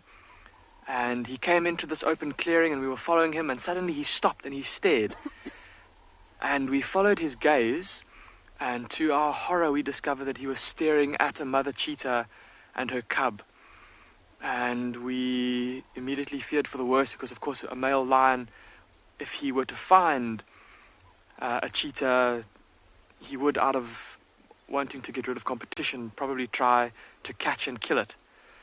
And that's exactly what it seemed, that's exactly what he wanted to do. He started to stalk towards this mother cheetah and her cub. And it took the cheetah quite a while to realize the lion was there. And once she did, she got up and she gave a little alarm call, which sounds like a gurgling meow, to her cubs, or to her single cub. And they got up and they started to run, and the male lion started to chase. And we all thought that this is the end, this lion's going to catch the cub, because the cub wasn't fast enough. The lion was running faster than the cub, and the lion was catching up to the cub, and the mother had run away in a different direction. And she looked over her shoulder and she saw what was happening. And it was the most incredible thing. She stopped in her tracks, she changed direction, and she ran back towards the lion. And of course, a cheetah is a waif of an animal compared to a male lion. I mean, he weighs potentially 4 or 5 times her own body weight. And she ran in between the lion and her cub. But so close, we thought if he'd put his paw out, he would have been able to catch her. And she cut him off, and the lion tried to change direction and grab her. And the lion had obviously recently eaten because his tummy was super full and super fat. And he tried to grab her, and as he tried to do that, he lost his footing and he face planted onto the ground. Oh, look at these 2 cubs now. And just that split second gave her cub the time it needed to gain a bit of speed and escape, and Mom escaped as well. It was just, it was heart-stopping, but incredible to see. Look how these 2 are playing now. This is fantastic. This is what we were hoping for. Look at this. Pouncing on each other and wrestling. And now listen to the wildebeest. The wildebeest have seen the cheetah and they've started to snort. I don't know if you can hear that. Oh, how precious is this, everybody? Apparently also a little bit too windy to hear the snorting wildebeest. They're not alarm calling with full gusto, but they kind of staring at the cheetah and giving the odd little snort at them. Oh, this is just too precious. Have a look now that these 2 cubs are next to each other, everybody. Look at the one, oh shame, the little young male feeling a bit exposed at having these big scary wildebeest alarm calling at him. But I was going to say, look at the size difference already, how it's quite noticeable. The female on the right, look how much smaller she is than her brother on the left, who's now gone to Mom for some comfort. So already at this age, already starting to see the size difference that's going to develop between these 2.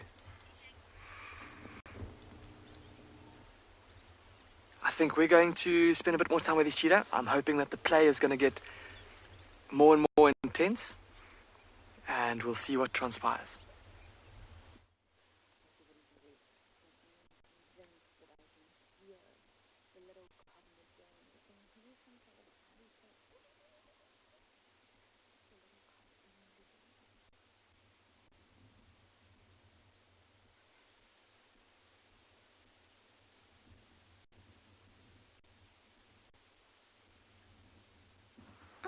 Apparently, you couldn't hear me. I hope you can all hear me now.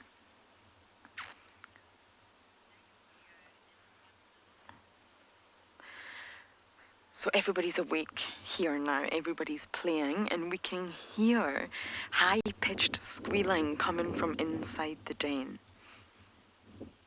I think it's the other cub. We can't see anything, but I think it's the other cub, and it means it's awake. I'm sure that's where the noise is coming from. It's difficult to determine in this wind, and I understand how the predators struggle.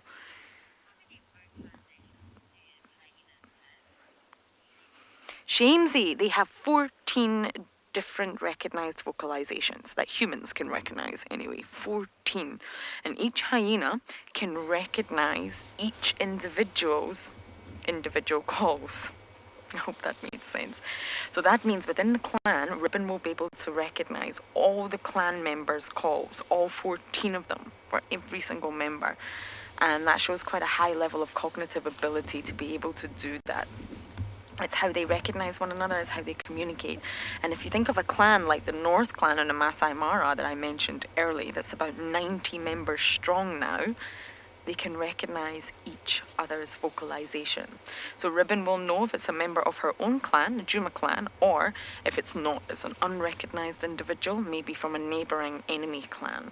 So they have 14, from giggling to whooping to squealing. The whoop's definitely my favorite. It's been a while since I've seen a hyena do that. And Sutu just wants to play. She kept trying to wake them up. All this little one wants to do is play. So we are going to keep watching them playing.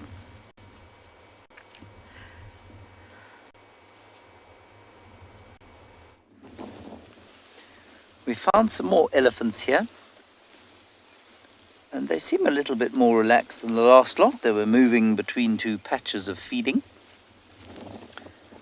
And there's that youngster there, and then the one in front, which, I don't know, seems to be an increasingly common occurrence in this area, is tuskless.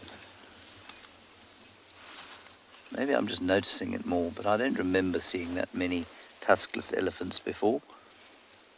Now, that's not to say that there's suddenly been a loss of tusks, or the genetics for tuskless elephants have suddenly increased in the Kruger area.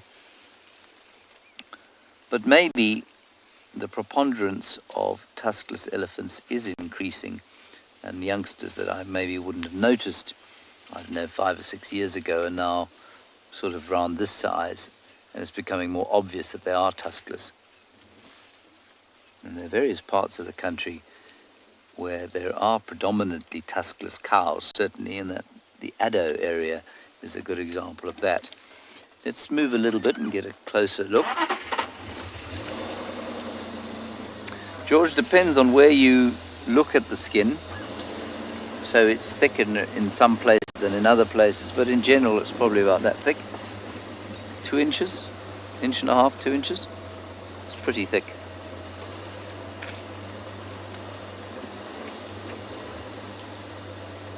Get a better view here. They're all sort of slowly feeding down here, not spending a great deal of time over it, and I don't know if they have seen something that's caused them consternation, that made them move quite quickly to where they are now, or if it's just the weather, or maybe they're just going somewhere. There's the tuskless young cow. I'm assuming it's a cow because of how square her forehead is, but she hasn't hit puberty yet, which would be unusual for an elephant that size. Maybe she's just about to. I say she hasn't hit puberty yet because there's no swelling between her front legs. Ah, she's not tuskless. She has one tusk. There we are. She just lost one. So that won't grow back. It's definitely her big tusk that's gone.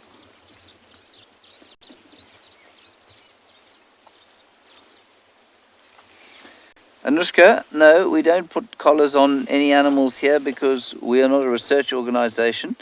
There are research organizations in the Greater Kruger National Park or Great Limpopo Transfrontier Park that may collar elephants from time to time. There are a few collared elephants. We've seen collared elephants here. There was a collared cow that used to come in here relatively frequently. I haven't seen her for a couple of years now, I don't think. So, yes, research is sometimes done on elephants of the Greater Kruger. But remember, elephants move massive distances. And so a collared elephant could come from just about anywhere. We don't specifically put collars on any animals, no.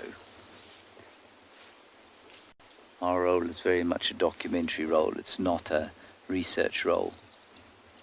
Although we do make small contributions to research organizations.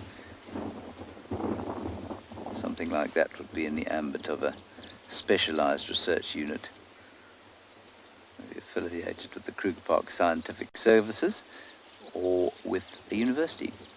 I think we'll stay with these elephants for a little bit longer.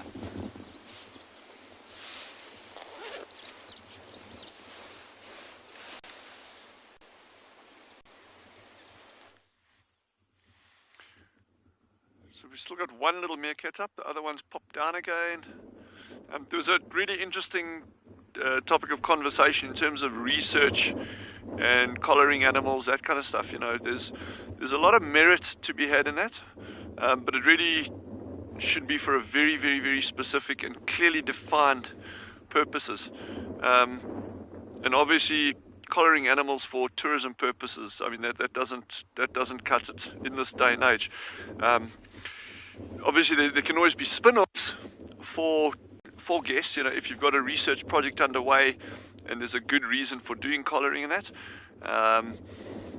then it can be a very useful tool, not just for the research, but to be able to get guests involved and see how these animals are moving, the distances that they're covering. And very often it's really eye-opening stuff. And I think since the advent of things like not just normal VHF telemetry, but GPS satellite tracking, that's really just opened a whole new world in terms of understanding how animals are using the environments. One of the challenges that you have with that, though, is there's really no substitute for having research teams on the ground doing observations on animals. Because remember, it doesn't matter how good your telemetry system is, whether it's GPS or VHF, you're just getting points on a graph to say, well, that's where the animal's moved. What the animal is doing is a completely different story. And I think that's where the benefit is of actually having people on the ground following animals. One of the examples, these amazing pangolins that we've been seeing, our researcher Wendy Panona that's essentially finishing up a PhD now on them. The data that Wendy got from the transmitters on those pangolins is invaluable, but even more so the data that Wendy got from just doing the actual physical groundwork, following them, observing them, recording what they're doing, collecting scat samples, setting out trap cameras at burrows. That kind of data cannot be, it can be quantified, but the value of that data is immeasurable. And that goes for any kind of project where, if it's well planned, well structured, well thought out, with specific objectives, specific goals, projects like that are absolutely invaluable to science and our understanding of how these systems work. Because a meerkat is not just a meerkat. The meerkat, as one example, is the sum of this meerkat group, is its interactions with the environment, with the other species, whether it's a herd of springbuck or a sable walking past, or cheetah moving, or a Cape cobra getting into the burrow.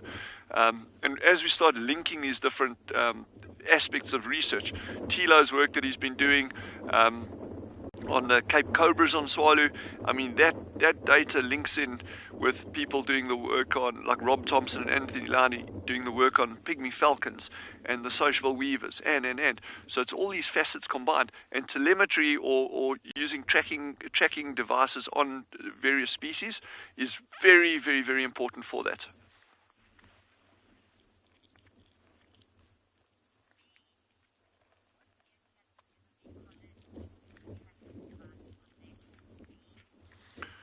So Beans asked a great question there, linking on from that.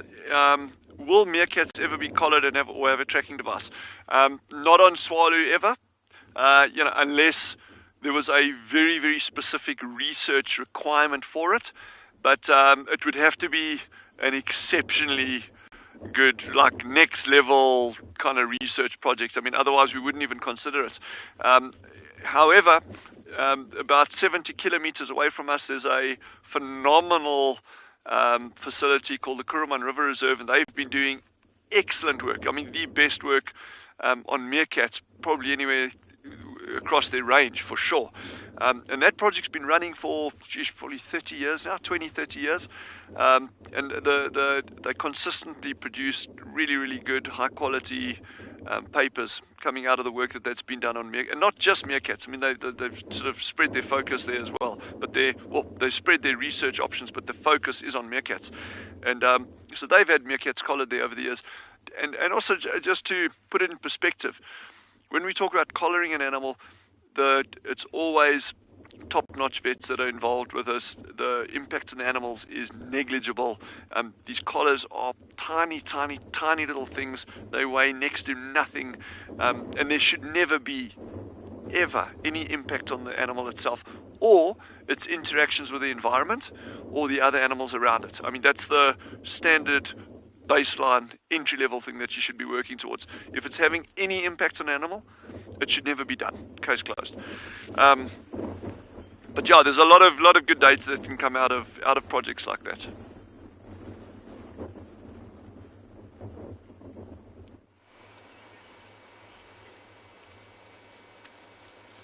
Sutu is having the best morning. she's actually being quite rough with the little cubs. She's not meaning to, but look at the size difference. And her jaws will be much more developed and stronger than these little ones. And it's rough play. And this is exactly why the younger cubs are stashed at a natal den. It's not because any other hyena within the clan would kill them. It's just a lot of rough play here. They seem to be thoroughly enjoying it. But they absolutely could be accidentally injured.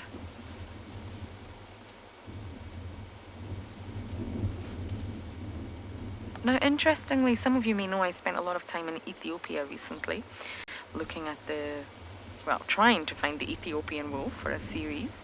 But there's a fascinating story in a place called Harar, and it's in Ethiopia, and it's very, very famous. Basically, there's sort of written records, I don't know how true they are, that hyenas, spotted hyenas, crocuta, have been present in the sort of Harar city for 500 years.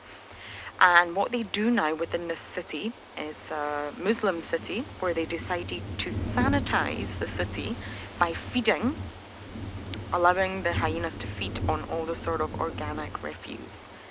So there was farmers, and they called themselves the hyena men. And I think it started in the 1960s. The hyena men decided to let's feed the hyenas to encourage them to come and clean up the city. Also, we don't want the hyenas killing or injuring our livestock.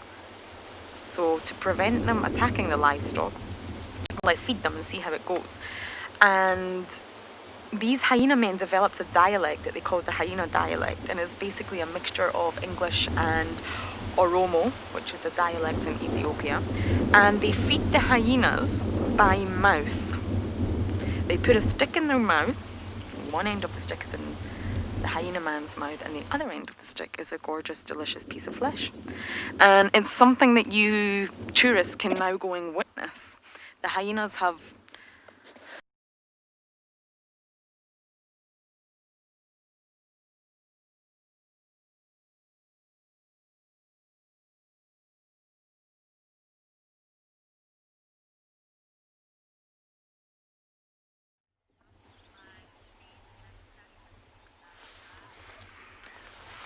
Welcome back, everyone. Sorry about that. Apparently there was a bit of a technical issue, but of course we are out here in the African bush, and sometimes it can be a challenge to bring you these wonderful images from the various properties.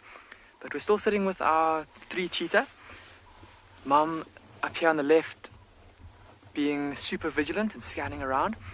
And look at the herd of wildebeest that has started to move towards these cheetah.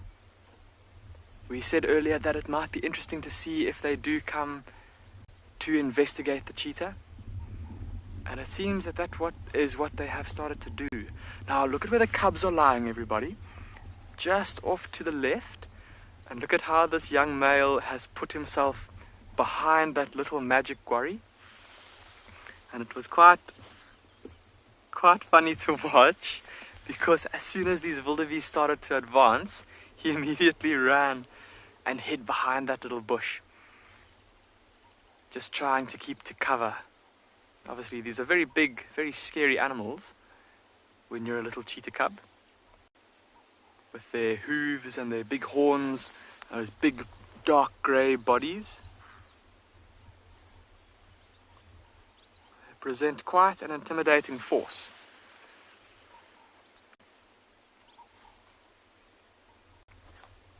And you might now be able to, I think the wind has dropped a little bit, so I'd love to know if you can hear those snorts that they're making. Anushka, you're asking if this is this mother cheetah's first litter.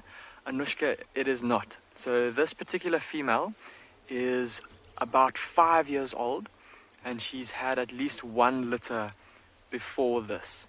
Often female cheetahs will start to produce litters from when they're about 2, maybe 2.5 years old. This is at least her second. She may have even had a litter before that, but I'm not 100% sure in the case of this female.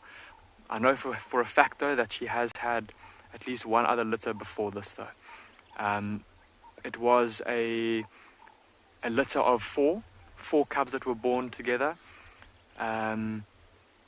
Unfortunately though, one night the game drive vehicles left her at sunset. Her and her 4 cubs nestled on top of a big termite mound, and when they came back the next morning, she was gone. There were lion tracks all over the place, and the next time they saw her, she only had 1 cub left. But she was successful in raising that one cub to independence, a single male, and he's now wandering the reserve. Look at those wildebeest galloping past. How fantastic is that? And the cheetah pretty much unperturbed by them. I don't know if you noticed though, with that little female, as soon as the wildebeest started to canter, she almost like jumped up. You could see she was, that little predatory instinct already starting to kick in. She just sees animals running, and there's that instinct to get up and go and chase. Even though, little cheetah, I think it would be unwise to try and tackle a wildebeest when you're only as big as you are.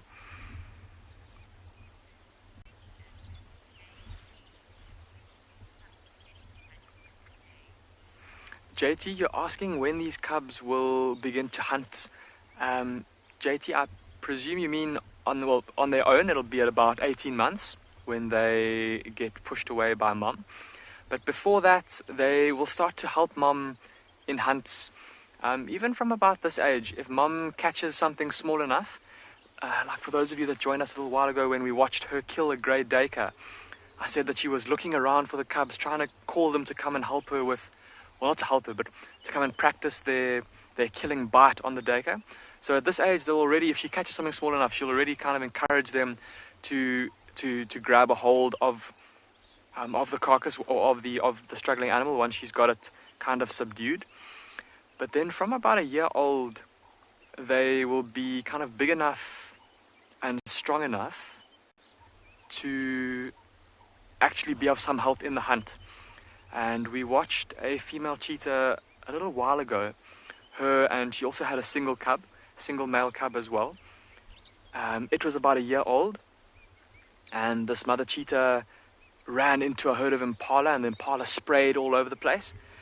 And in the chaos, she kind of singled out one and was chasing it, and the impala was trying to run in kind of zigzags, trying to lose her, and in the process it ran into her cub, who was more than up for the challenge, and he jumped up and was actually able to grab a hold of the impala. He wasn't quite strong enough yet to wrestle it down to the ground by himself, but he actually grabbed the impala by himself. But yeah, so JT, so by themselves, they'll have to be able to hunt by themselves by the time they're 18 months.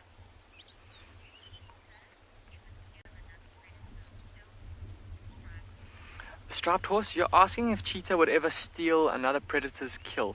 Now, striped horse, in terms of larger predators, absolutely not.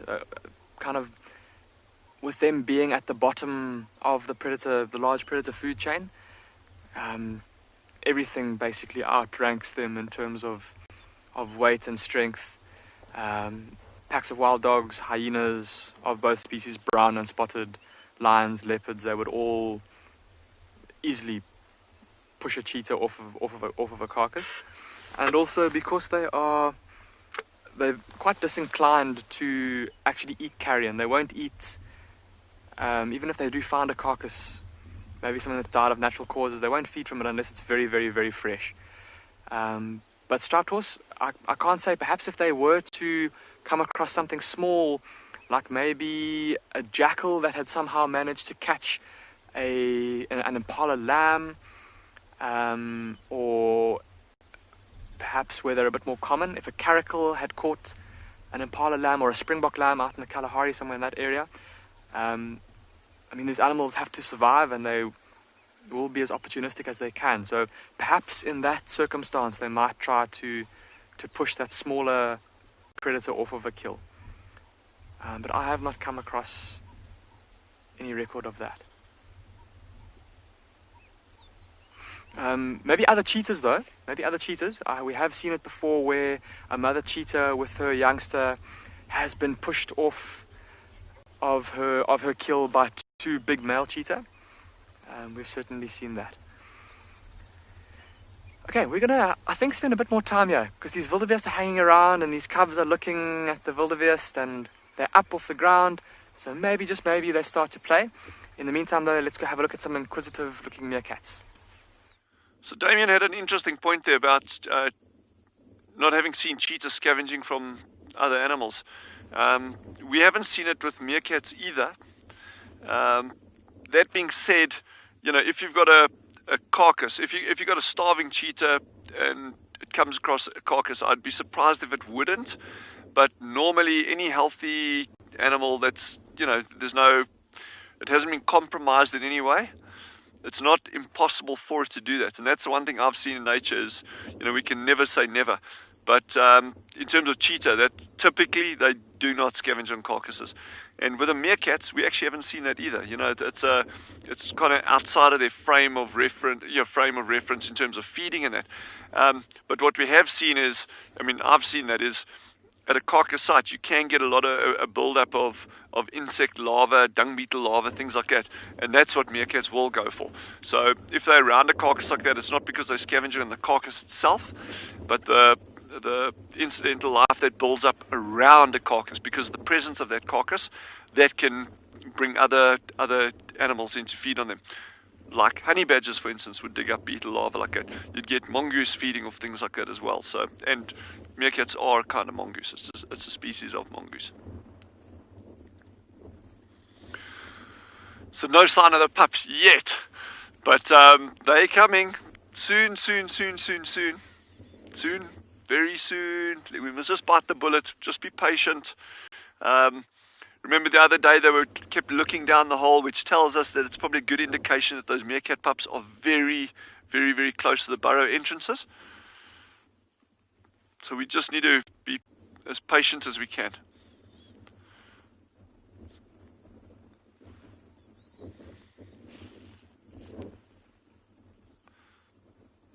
Yes, I'm so pleased that we got to this point now. And I'm up for a honey badger sighting any day of the year. I absolutely adore those animals, but I'm also quite happy that there hasn't been honey badger activity around these meerkats after the amount of time that we've kind of invested in spending time with spending with them. So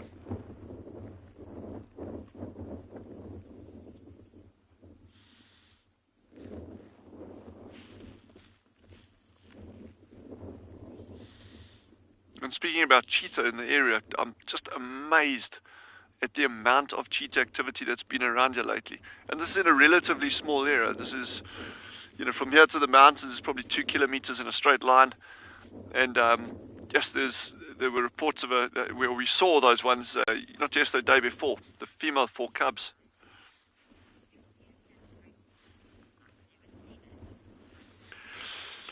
Butterfly has asked the question, do meerkats drink water? And she says she's never seen it. I've personally never seen them drinking water, but I know they have been recorded drinking water occasionally. I've personally never seen it. And I know in some research areas, in order to weigh the meerkats, so these groups are like super habituated around people, and to get them to climb on a scale, they'll actually give them a couple of drops of water. So that's like one of the lures that they use to get a meerkat to climb onto a scale so they can measure the exact body weights of them. So yeah, I'm sure if times were that hard, a meerkat would drink water. Just the problem in these areas here, there's no standing surface water. So in order for them to survive out here, they cannot be reliant on having to drink water.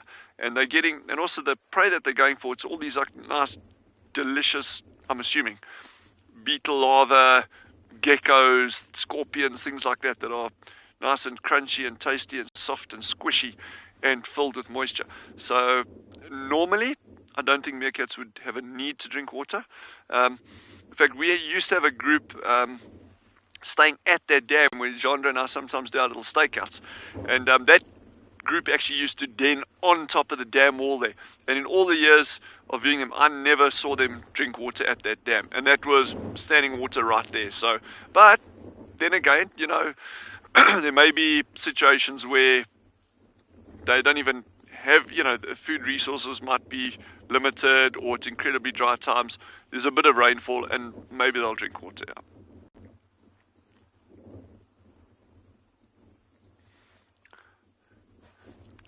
So all 6 are out now. And this is just so good to see how they've, yeah, the lengths that they've, you know, come to, you know, from where we were almost 3 weeks ago now. It's just like we had 2, maybe 3 up occasionally, and then the rest would just keep their heads down while we were around. So we've slowly built up this, and this was just like really taking our time and also not trying to push the habituation process. And I think that's one of the key things. It doesn't matter whether you habituating a leopard or a whatever it is. It's just take time, build up over, you know, being cautious, slow. That always works the best though. Slowly, catchy monkey.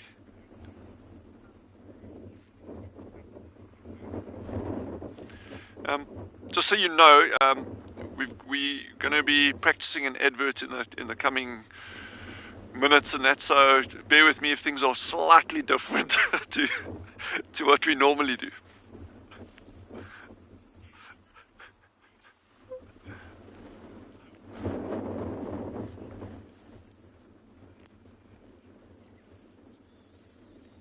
So it's really good seeing that these meerkats are all out and nice and relaxed like this. The one on there's one's genre's not on them now, but there's 2 out to the far right hand side of the frame. And there we go, he's panning across it now. The one closest to camera is the one that used to be the most nervous. So I just want to see, it's great that he's come on so far, and we'll just see how he settles down with this wind.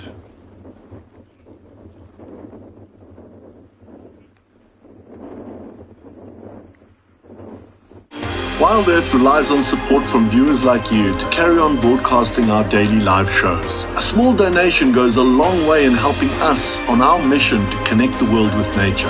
Please visit our support page to see how you can help and become part of the Wild Earth family. Welcome back to And Beyond Pinda. We're still with this mother cheetah and her 2 youngsters, still lying around, looking pretty relaxed. Just taking in the beautiful morning. And just a reminder, of course, this is live, so please do get in contact with us. Send us any questions or comments you have using the hashtag WildEarth.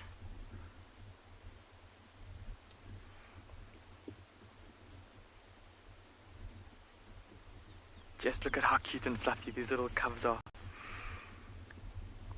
And amazing to see, just as we've been spending so much time with these, well, with this mother cheetah and her 2 youngsters over the past few weeks, it's amazing how we're starting to, I don't know if all of you have noticed, but kind of see the characters of these 2 different cubs. Look on the left, the young female, look at how she's got her head flat on the ground. Super calm, super relaxed, and pretty confident. Her brother on the right, look at how he's got his neck crooked up. Keeping super, well, maybe not super vigilant, look at those eyes closing now. But being a lot more alert. And remember earlier when we saw when those wildebeest came to investigate, remember how it was him that ran away and hid behind Mum and hid behind that bush afterwards while his sister looked on? And then even when those wildebeest ran past, there was a second where she almost looked like she wanted to actually go and chase them. It almost seems like she's a bit more brave, a bit more confident. Even though, like we were saying, she is a bit smaller than he is. And that will stand her in good stead for later on in life. Of course, in about a year's time from now or so, when Mum eventually does send these two youngsters off on their own, they will spend a bit of time together. But then as she gets old enough to start looking for a mate, they'll split up, and then she'll be, oh, look again. Just talking about how much more alert this young male has been. Look at how he's just sat up, and he's looking off behind us. And that's the direction where the wind is blowing from, everybody. So he may have caught the scent of something interesting. He's just looking to see if he can see what it is, using the cover of that bush to hide behind.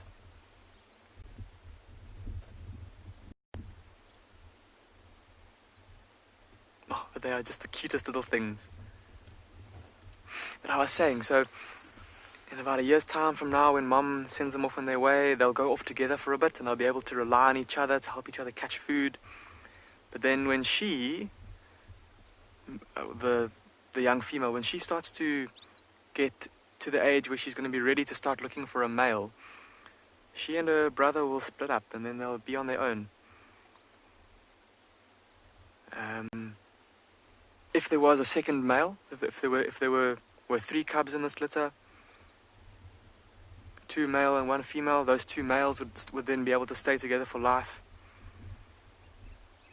But for this little guy, he's going to be alone as well. And the only time that likely he'll ever meet up with another cheetah will be to mate with a female, if he's lucky enough. Anna Marie, you're asking what the survival rate for these cheetahs specifically would be. Anna Marie, it's tough to give an exact figure, but the stats on Phinda in terms of our cheetah, well, the success of the cheetah here on Phinda, we've over the years kind of discovered that of all the litters that are born, we've found that between kind of 50 and 60% of those litters have at least one cheetah will survive to adulthood. So it's tough to say. They at this age, I mean, they're able to move pretty quickly with Mom, and they're feeding on meat, and their bones are getting stronger and stronger. And as they get older, they'll have a better and better chance of survival. Not quite out of the woods just yet. But sorry, Anna Marie, to give you an exact figure, I don't know. I couldn't give you an exact figure.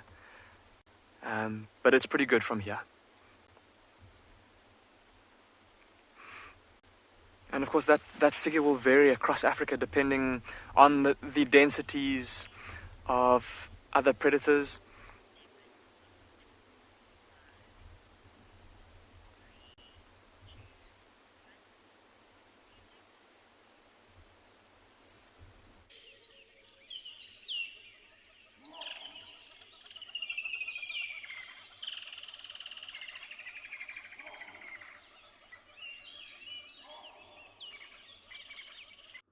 This is the little alpha that we got here, or let's say the dominant female. I think we've mentioned before that in these larger meerkat groups, this is actually a very small meerkat group compared to what they can get to sometimes. But sometimes in these larger groups, and I'm talking about 20, 30, 40 individuals, you can get multiple females that have litters at the same time. But that would normally be in an area where there's a super abundance of food, or you've had a number of successive years of good rainfall, so conditions are optimal for these groups expanding. And then it doesn't benefit the dominant female to spend all her time trying to prevent other females from breeding, because then her pups are going to suffer as a consequence. But in a small group like this, the converse is true, where it doesn't really pay. So I'm just trying to get a better angle there. It doesn't really pay her to let another female breed, because then they're splitting up super limited group resources in terms of eyes and ears and foraging ability on different groups of pups. So in a case like this, she won't let any other female in this group breed.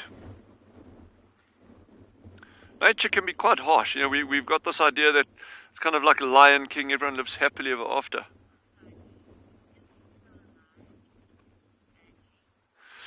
Angie has asked, is this Musadi and is she still alive? No, this is not Musadi.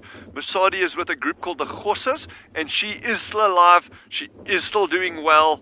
This is a totally different female, totally different group. This is called the Rock Stars, and they are cool little rock stars. He's having a good scratch over there. But Musadi and her group are still thriving. The reason we elected to move away from them is that we got a report that this female was heavily pregnant and was about to give birth to the pup. So that's why we moved over from there. Yeah, but Musadi sends her regards to everyone. She says she hopes everyone's keeping well. And they're actually not far from here. They are straight line, probably 600 meters, 700 meters is the burrow system that they took up residence in. So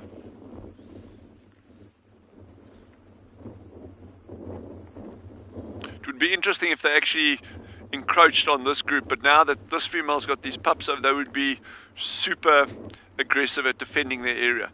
And also with the scent marking that these meerkats are doing all the time while they're out foraging. You know, they're using latrine sites that there shouldn't be too much of an overlap.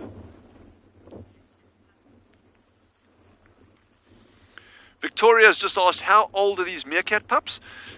We worked out that they were born on the 18th of June. 18th of June. So they're actually just over 2 weeks old. And normally they'll be coming out above ground at about 2 weeks of age, give or take. So we passed that mark now, but it doesn't worry me at all. We know this alpha female is still suckling, so those pups are 100% alive. They're here. And the other thing to bear in mind is this, is that although we sit here every single morning, they could be coming out later in the day when there's just a single babysitter around. That is quite possible.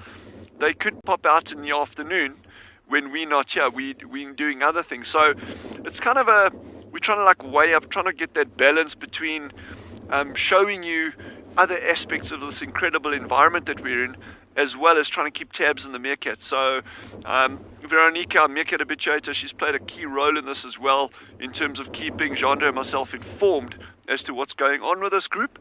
And we're really trying to not miss what actually happens, you know, even while we're not here.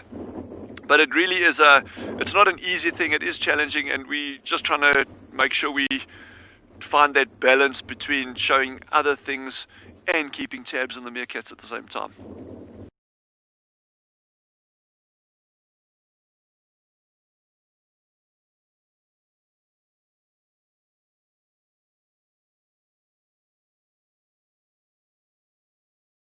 But it's all fun, and it's all time well spent. It's never wasted time out here. So let's wait and see.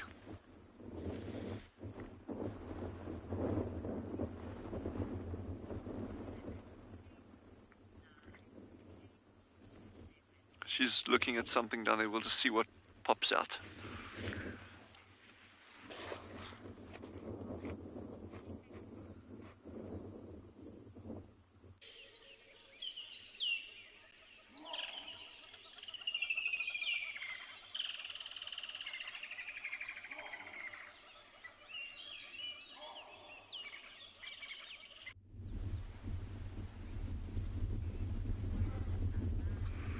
And again, welcome back to And Beyond Pinda, everyone. We're still with our mother cheetah and two youngsters, and they are still adorable as ever, soaking up the warmth of the sun. Look at that little male on the right. He's back to the sun, closing his eyes, just drifting in and out of sleep.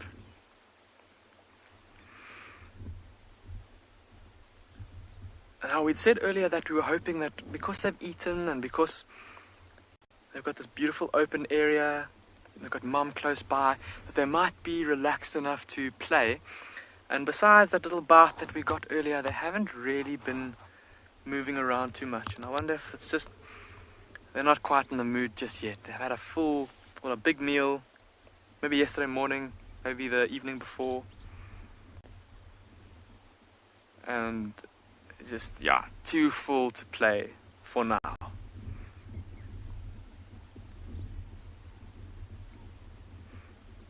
But it is still so lovely to be able to spend time with them like this and just watch them, like I said, get to know their personalities a bit more.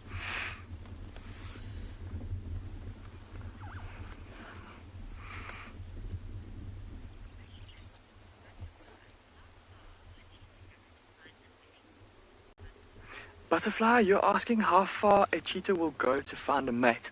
And Butterfly, to answer that question, I would like to show you a map of our reserve, because although I have not read any stats about cheetah in other areas, but I can show you on a map of our reserve and then give you a rough idea in terms of distance. So I'll pull out the map and I'll just ask Marcel to have a look this way. So here is a map of Ambient Private Game Reserve. We are currently down here in this grey area, these open grassland clearings, quite far south in the reserve.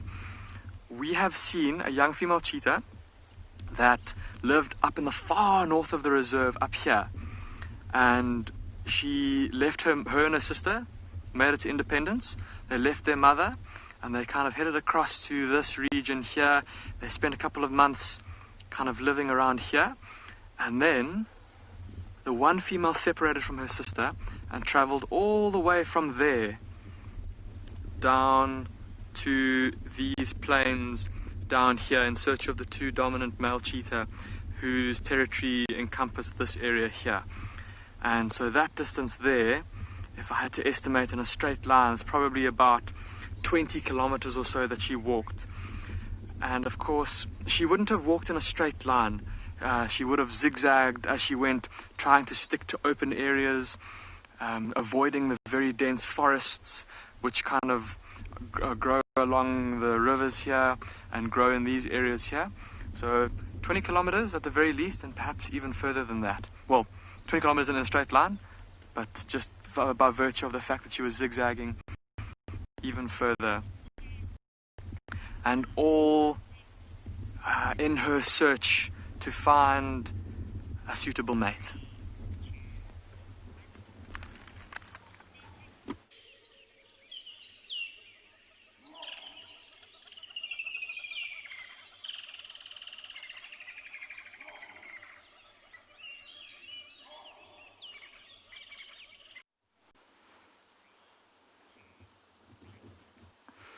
The Juma clan has got a little bit bigger here. Comet has decided to join us. We've got a male, Sutu, Ribbon, and two little cubs here, which is super exciting. My name is Lauren. I do have Niels on camera, and unfortunately the little cub inside we can hear, but it hasn't made an appearance yet. I still think it might. I still think there's a high chance it might pop its little head up when it gets hungry, looking for mama, that is Corky, but right now no appearance, but we can hear it, which is a great sign. Now, Comet, the male at the back here, who's very sort of fawn in colour, is very comfortable around the den. Now, we believe he's blind in his right eye. And you can see how close him and Sutu, young female sub-adult, are lying.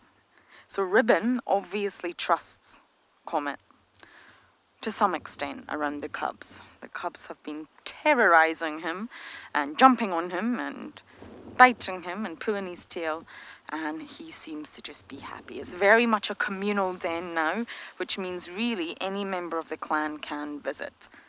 The males should approach with caution, absolutely, but other than that, anyone can visit.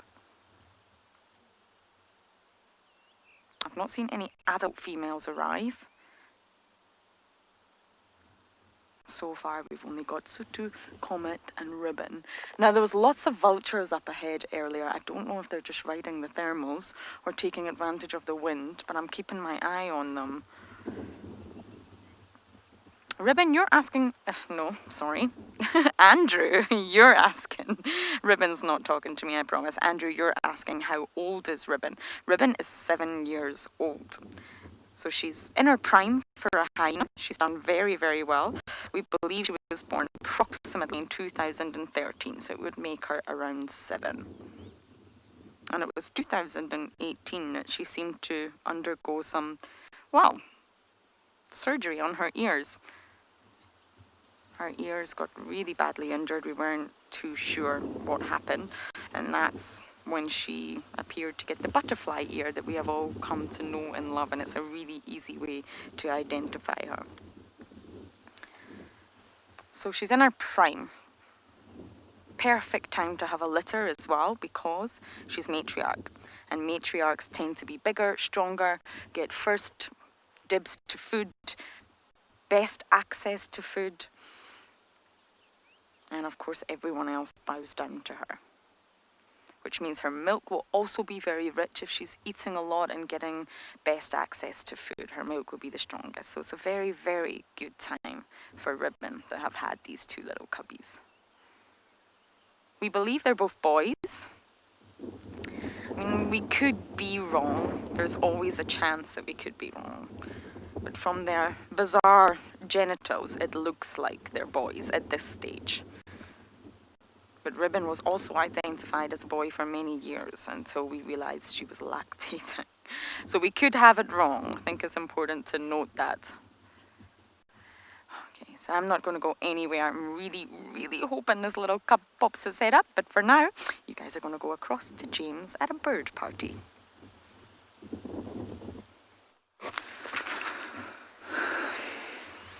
We're having a rather fascinating time here with a great big mixed flock of seed eaters. We've had golden-breasted buntings, yellow-fronted canaries, mixed flocks of paradise and probably long-tailed widers, at least pin-tailed widers, and we've also got a whole lot of sparrows. So we've got grey-headed sparrows and yellow-throated petronias, none of which, of course, are playing a great deal of ball with the camera right now. This on account of the fact that every time they take to the air, they are blown most of the way to southern Zimbabwe. So what you're looking at there is widers on the right-hand side. Just zoom in there if you can. There we go. Bang the super zoom if you can. Is at the end. Okay. Let's come back a bit, back to that little ground spot where they were on the ground. There are a couple more there. Now I know this is not particularly massively entertaining if you are not into birds, but a great big flock of mixed seed eaters like this is actually very cool. Let me just see if I can't roll forward without them all panicking and flying away.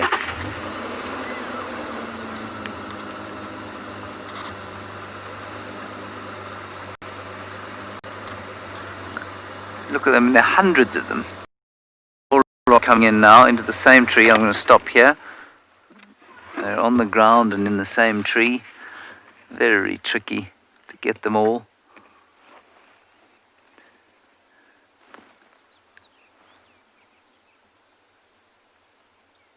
There we go.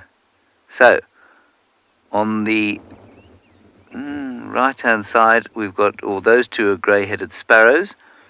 And then let's go down from there. Let's see if we can get some of the widers with their little cycling helmets on. What's that on the ground? There's one. Looks like a wider. Unless it's one of the Petroni. There's a golden-breasted bunting. It's nice. So most of those will be widers in non-breeding plumage and female widers. You can see little ones with red beaks, and those are males coming out of their breeding plumage. Look at them all. That's beautiful.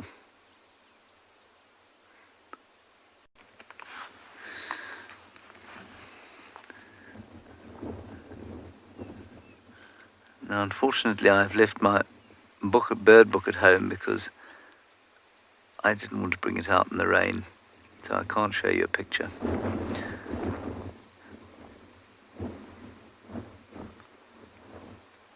Look at them all.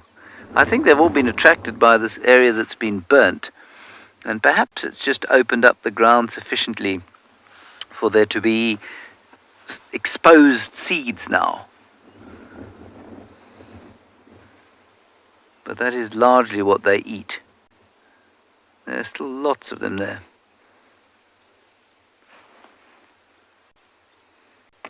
Right, we'll sit with these birds and see if anything else emerges in the next little while.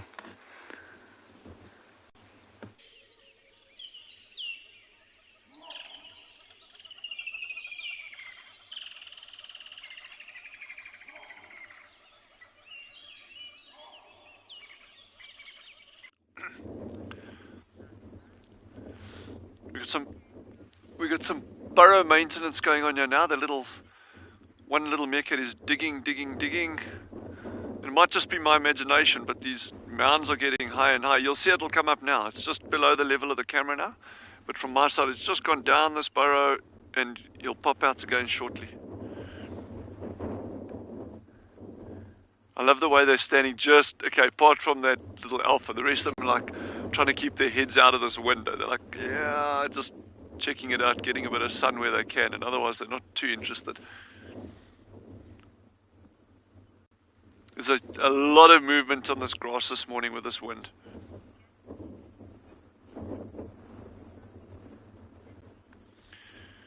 Sorry, Jackie just asked something about what do meerkat things look like. I'm not sure what the question was.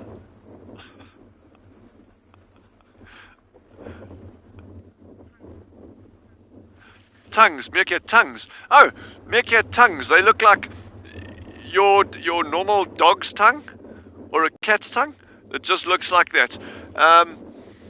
If we're very, very lucky, occasionally you get them they'll actually yawn sometimes. And it's just a nice little pink tongue. Nothing odd about it. But an interesting question, that. Cool question.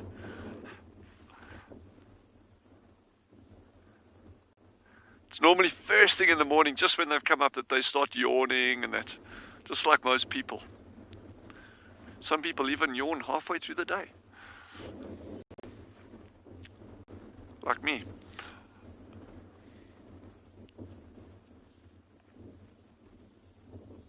Jandre's giving a big yawn there now.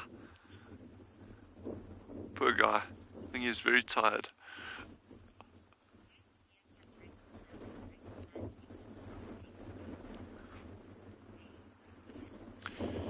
Hey, Sophia has asked a really nice question as well.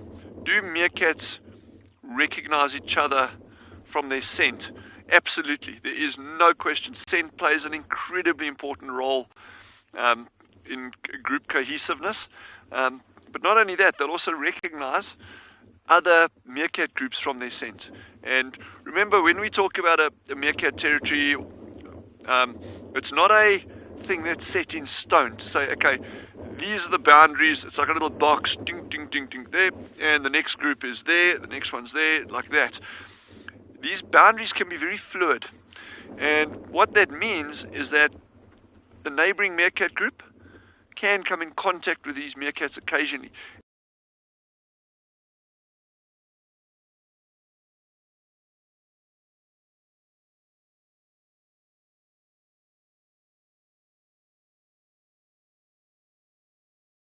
Area, you onto that straight away. So good question. Yeah, meerkat scent plays a very, very important role, and they do recognize each other, including individuals within the group, based on scent. And I think it's just, the sign, and I know this sounds dead obvious, but you just know the people that are around you. You know the meerkats that are around you. Analogy that I always use there, if you go down to buy something, you're going to go buy flowers at the local store. You don't get in your car and you drive and you're looking at the street names all the time. You just get in your car and you automatically go down there. You know where to go. And same with these little meerkats. They know the environment. They know the animals that they see on a regular basis. They'll know that jackal that trots past. Oh, we see him there every morning. Okay, we know. Okay, well that's group of gemsbuck that move past. They know them, they understand them. And same with the different meerkat groups around you. Occasionally you might get an intruding male moving through that would be unknown to them, but otherwise these ones know, okay, the horses are down there, the mokalas are down there, this group's down there. So they really understand the environment, and scent is so important in them helping them understand what's going on around them.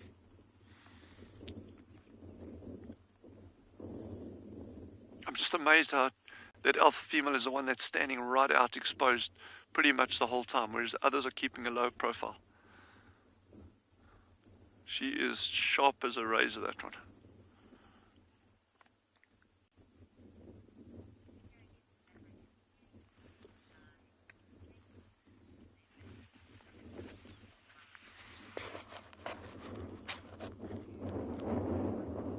Wild Earth relies on support from viewers like you to carry on broadcasting our daily live shows. A small donation goes a long way in helping us on our mission to connect the world with nature. Please visit our support page to see how you can help and become part of the Wild Earth family. Welcome back to and beyond Pinder Private Game Reserve, everyone. And our cheetah have done the exact opposite of what we were hoping that they would do. Look at how all three of them are now fast asleep. The two cubs absolutely passed out. Look at that. Lying flat on their sides.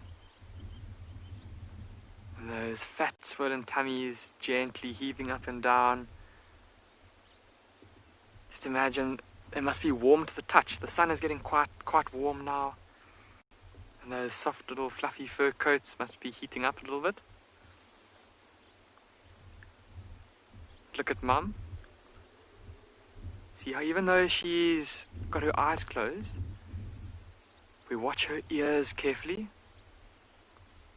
Can you see how her left ear twitches every now and then? So even though she's sleeping, she's not so fast asleep that the slightest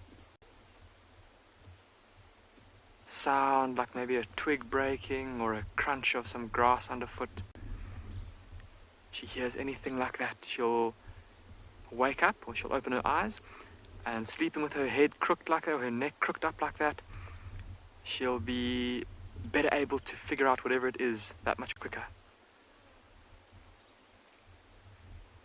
A super nifty little adaptation that these cheetah have, being able to rest like that. Although, I've said it before, it looks horribly uncomfortable. Jeez, I can only imagine I would have a seriously sore neck if I were to sleep with my neck like that.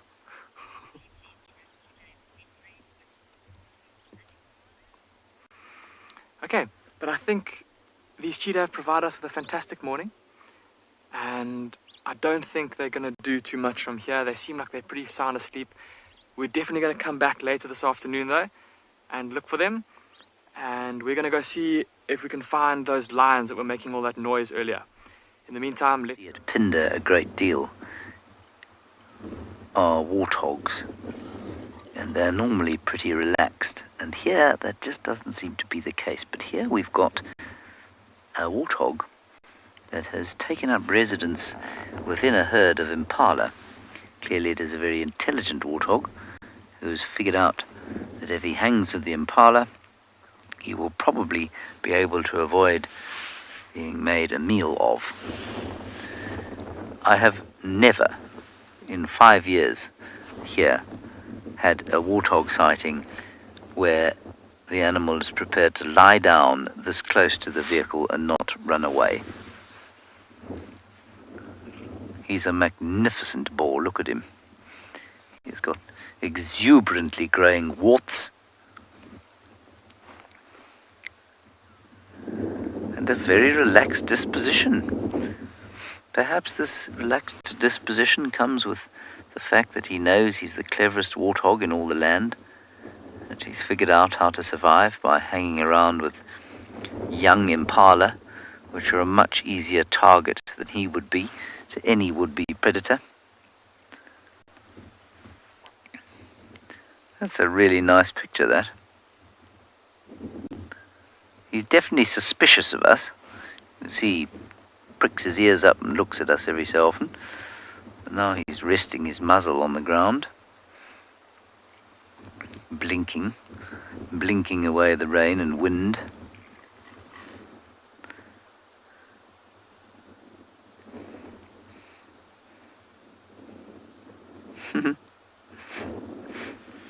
This is very cool.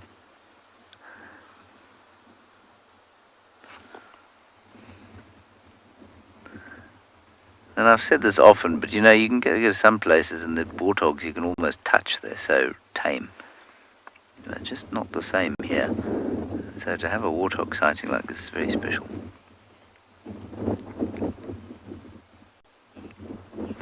Hello, George. George, well, warthogs can grow to up to 100 kilograms, believe it or not. So, I mean, that's a massive animal. 100 kilograms, the size of a, I don't know which part of the world you live in, but a good size American football player. I know they're different positions, but linebacker, I guess, roughly. Good size flank forward in rugby. They don't look anything like that size, though, because they are very compact. I would probably say that this warthog, I mean, 100 is massive for a warthog. I'd say this chap is probably 75 to 80 kilograms, which is still quite a creature. He'll pack quite a punch.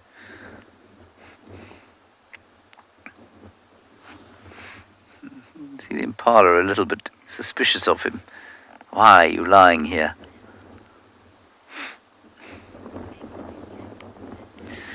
Liz, the warthog might be sick. I doubt it. It might be injured, but I don't think so.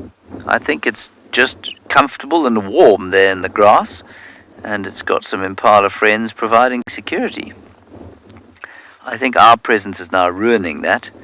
I think slowly the impala are deciding that they don't want to be around us, and so they're moving off, which is going to necessitate the pig moving off as well, unless he decides that he's safe enough there in his warm, grassy bed. See, he's going to sleep now.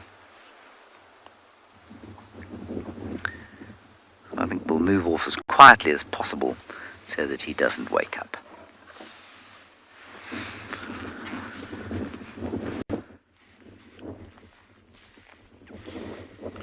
So I'm just moving around a little bit now, and remember that's important for the continual habituation process, not to just be in the same position all the time, you know, and it's not just sitting still the whole time and not just walking the whole time. So you need this complete variation, and also the sound is as important as your physical appearance. You know, so in other words, if we came here every single day and we just sat dead quietly in the same position, it would be a very, very different thing to actually moving around and talking.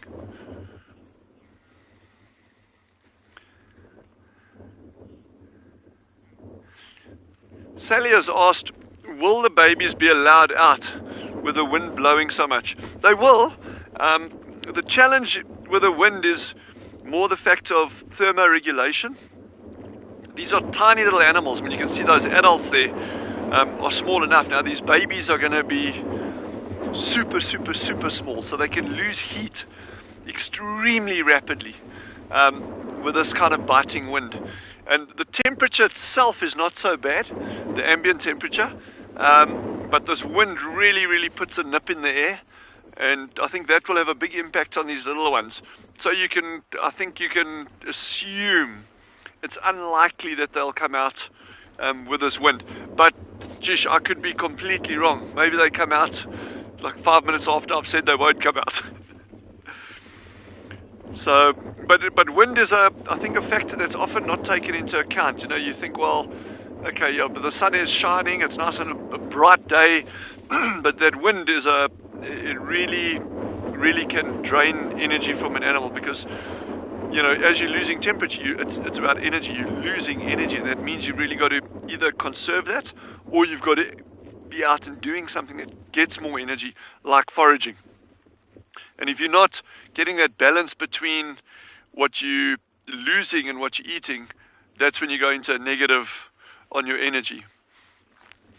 So, you know, these meerkats being so small, they really have to be careful about wind factor and wind chill and keeping that energy.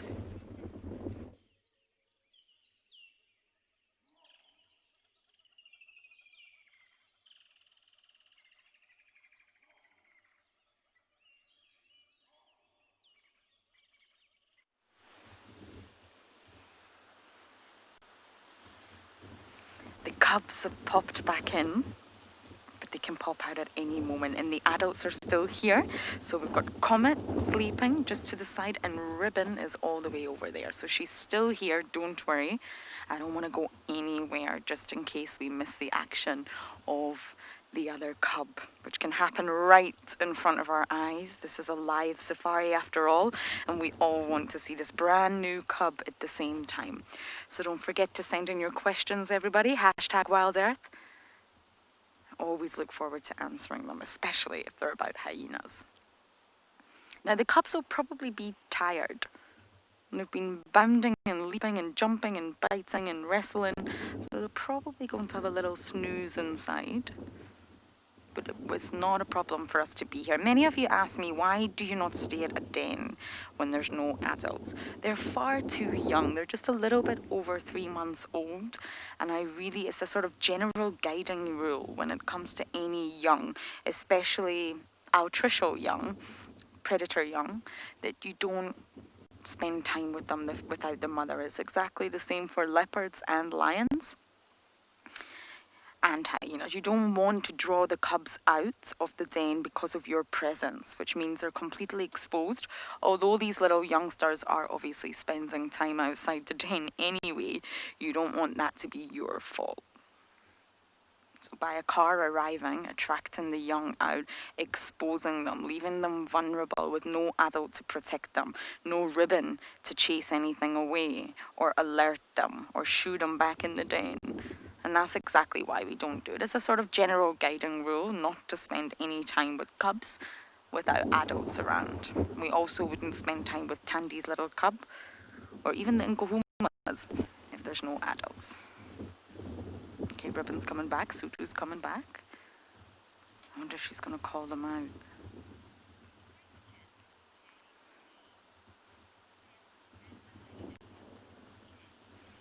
JT, absolutely not. Males are definitely submissive to the females. You can see Comet's getting chased off here, right in front of the vehicle. Ribbon says, Comet, go away. So the males will always come second to the females. Oh, Ribbon's doing her thing. And it says, oh, Ribbon, don't sit in. Okay. That was delightful. If any of you wonder why hyenas smell, that's one of the reasons. So yes, it's a matriarchal female-dominated society. Females are the backbone of a hyena clan. They're also much larger. They really are the dominant of the two sexes. So the males will always be submissive in a clan, especially immigrant males. But they would never want to harm the cubs, not of their own clan. Another clan, a territorial dispute or a battle with another clan could be a different story. But the males would not harm them. But they're very weary of Ribbon. Very weary. She is the boss after all. And if she's grumpy or a little bit hangry, then I also wouldn't want to mess with Rib Robs here. She's fiercely protective over two. She does need to go off and feed, absolutely. She will leave them. She has to leave them. She has to teach them how to be independent. One day they will be on their own, just like Sutu.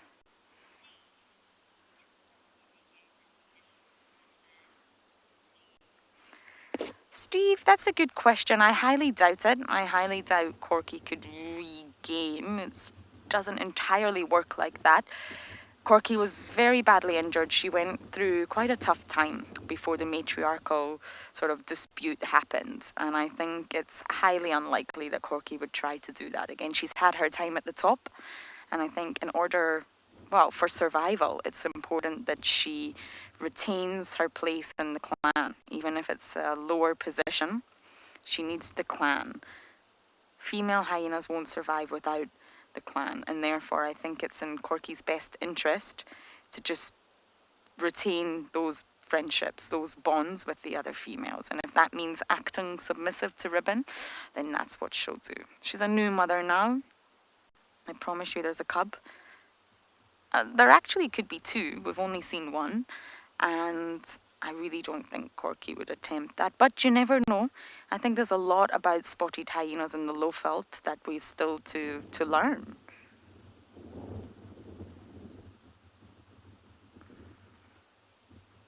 But I think Ribbon's going to hold on to the position for quite some time. So we're going to sit tight as we have been the whole drive, hoping to see this little cub. And if we do, you'll be right back with us.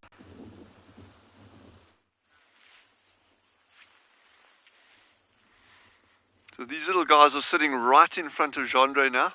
There's one that we're not going to cut to now, but it's way out to the left-hand side, to the right-hand side of the frame. But the rest of the group is sitting right in front of Gendre, totally relaxed. Apart from this wind, we were actually just discussing it now. This wind is really, it's blowing harder today than it's probably blown in the past 3 weeks since we had that last cold front that moved in. And I don't know if any of you have been watching the news, but there's a huge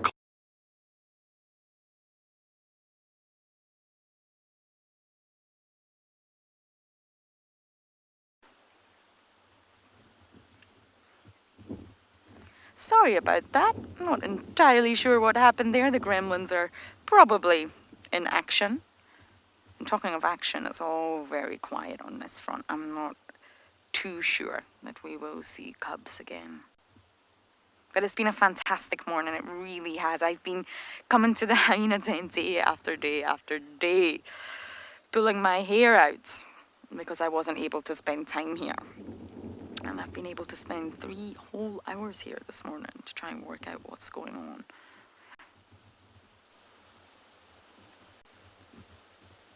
on. Not much is going on in the world of rib robs.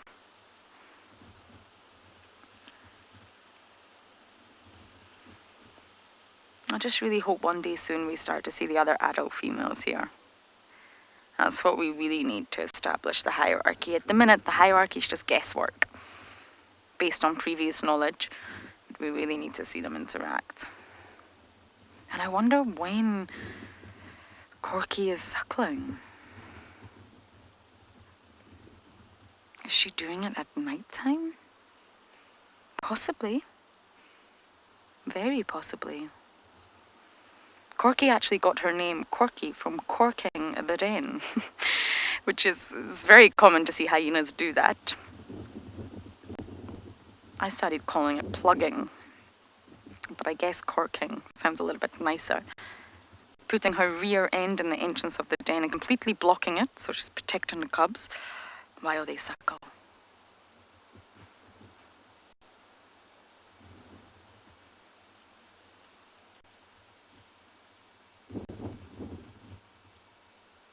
We could hear Corky's little one.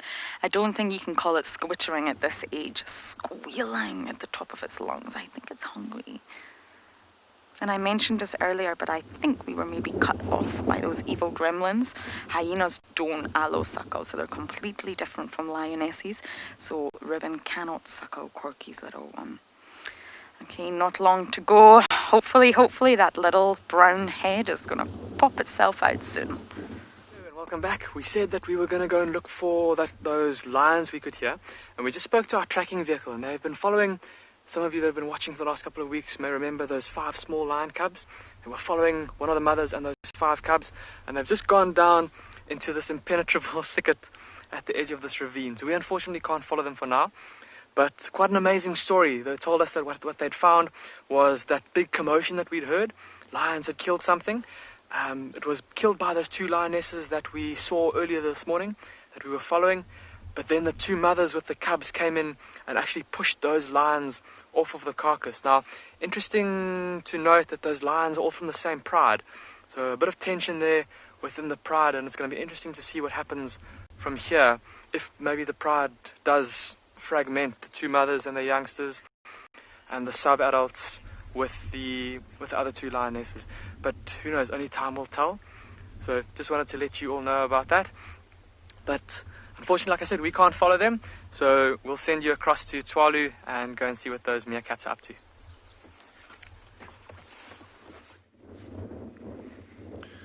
These meerkats, the little alpha actually started moving out right in front of Gendre now. It's actually like it's at his foot.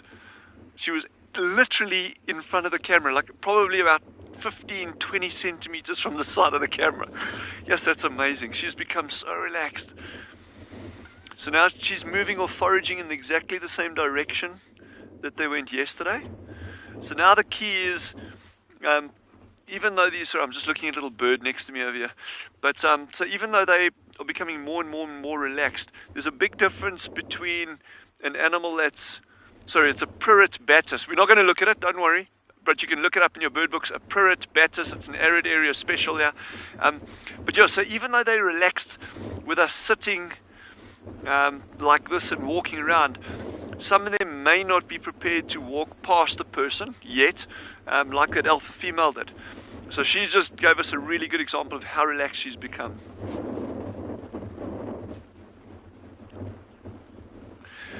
George has just asked, what sounds do meerkats make?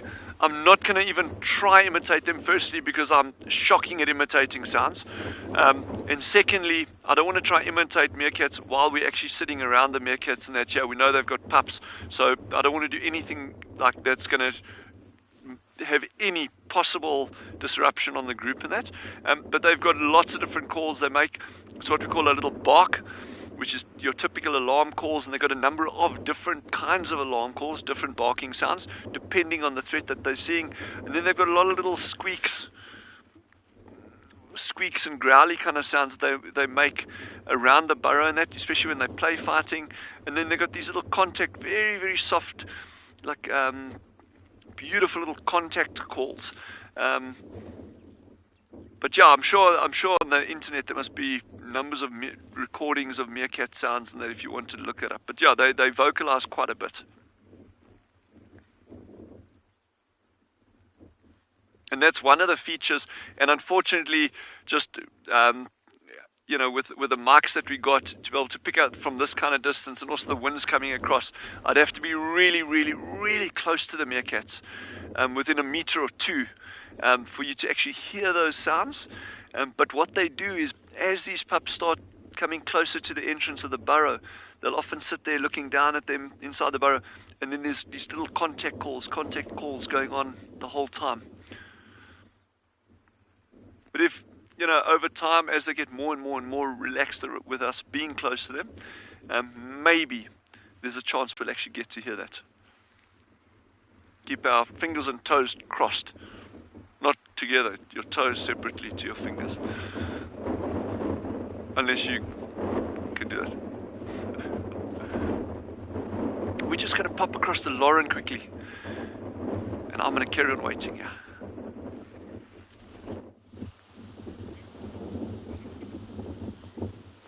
Talking of vocalizations is very interesting, because even in hyenas, cubs, when they're very young, will only respond to mum. So even if Ribbon was to make the same noise as Corky, Corky's cub would not respond, because it's not mum. They're individually able to recognize each other. At a young age, they will only know mum. Mum and mum only. Everything is about mum. But it's incredible that even if Ribbon was to make the same noise at the entrance to the den, something like that, they won't respond. They'll only know mama, which is very sweet. So no sign of a head at the moment, I'm afraid. But I've got my patience pants on today, and I'm hopefully going to spend all afternoon here as well. And at one point, we are going to get lucky. We know it's there, we can hear it, so we're starting to sort of put the pieces of the jigsaw together, but no visual signs just yet. Lulubelle, thank you. It has been an amazing drive, hasn't it? Even with the wind. But thank you everyone for jumping on board. It's always a pleasure to have you. Please join us this afternoon. Thanks for all your comments and questions. Goodbye.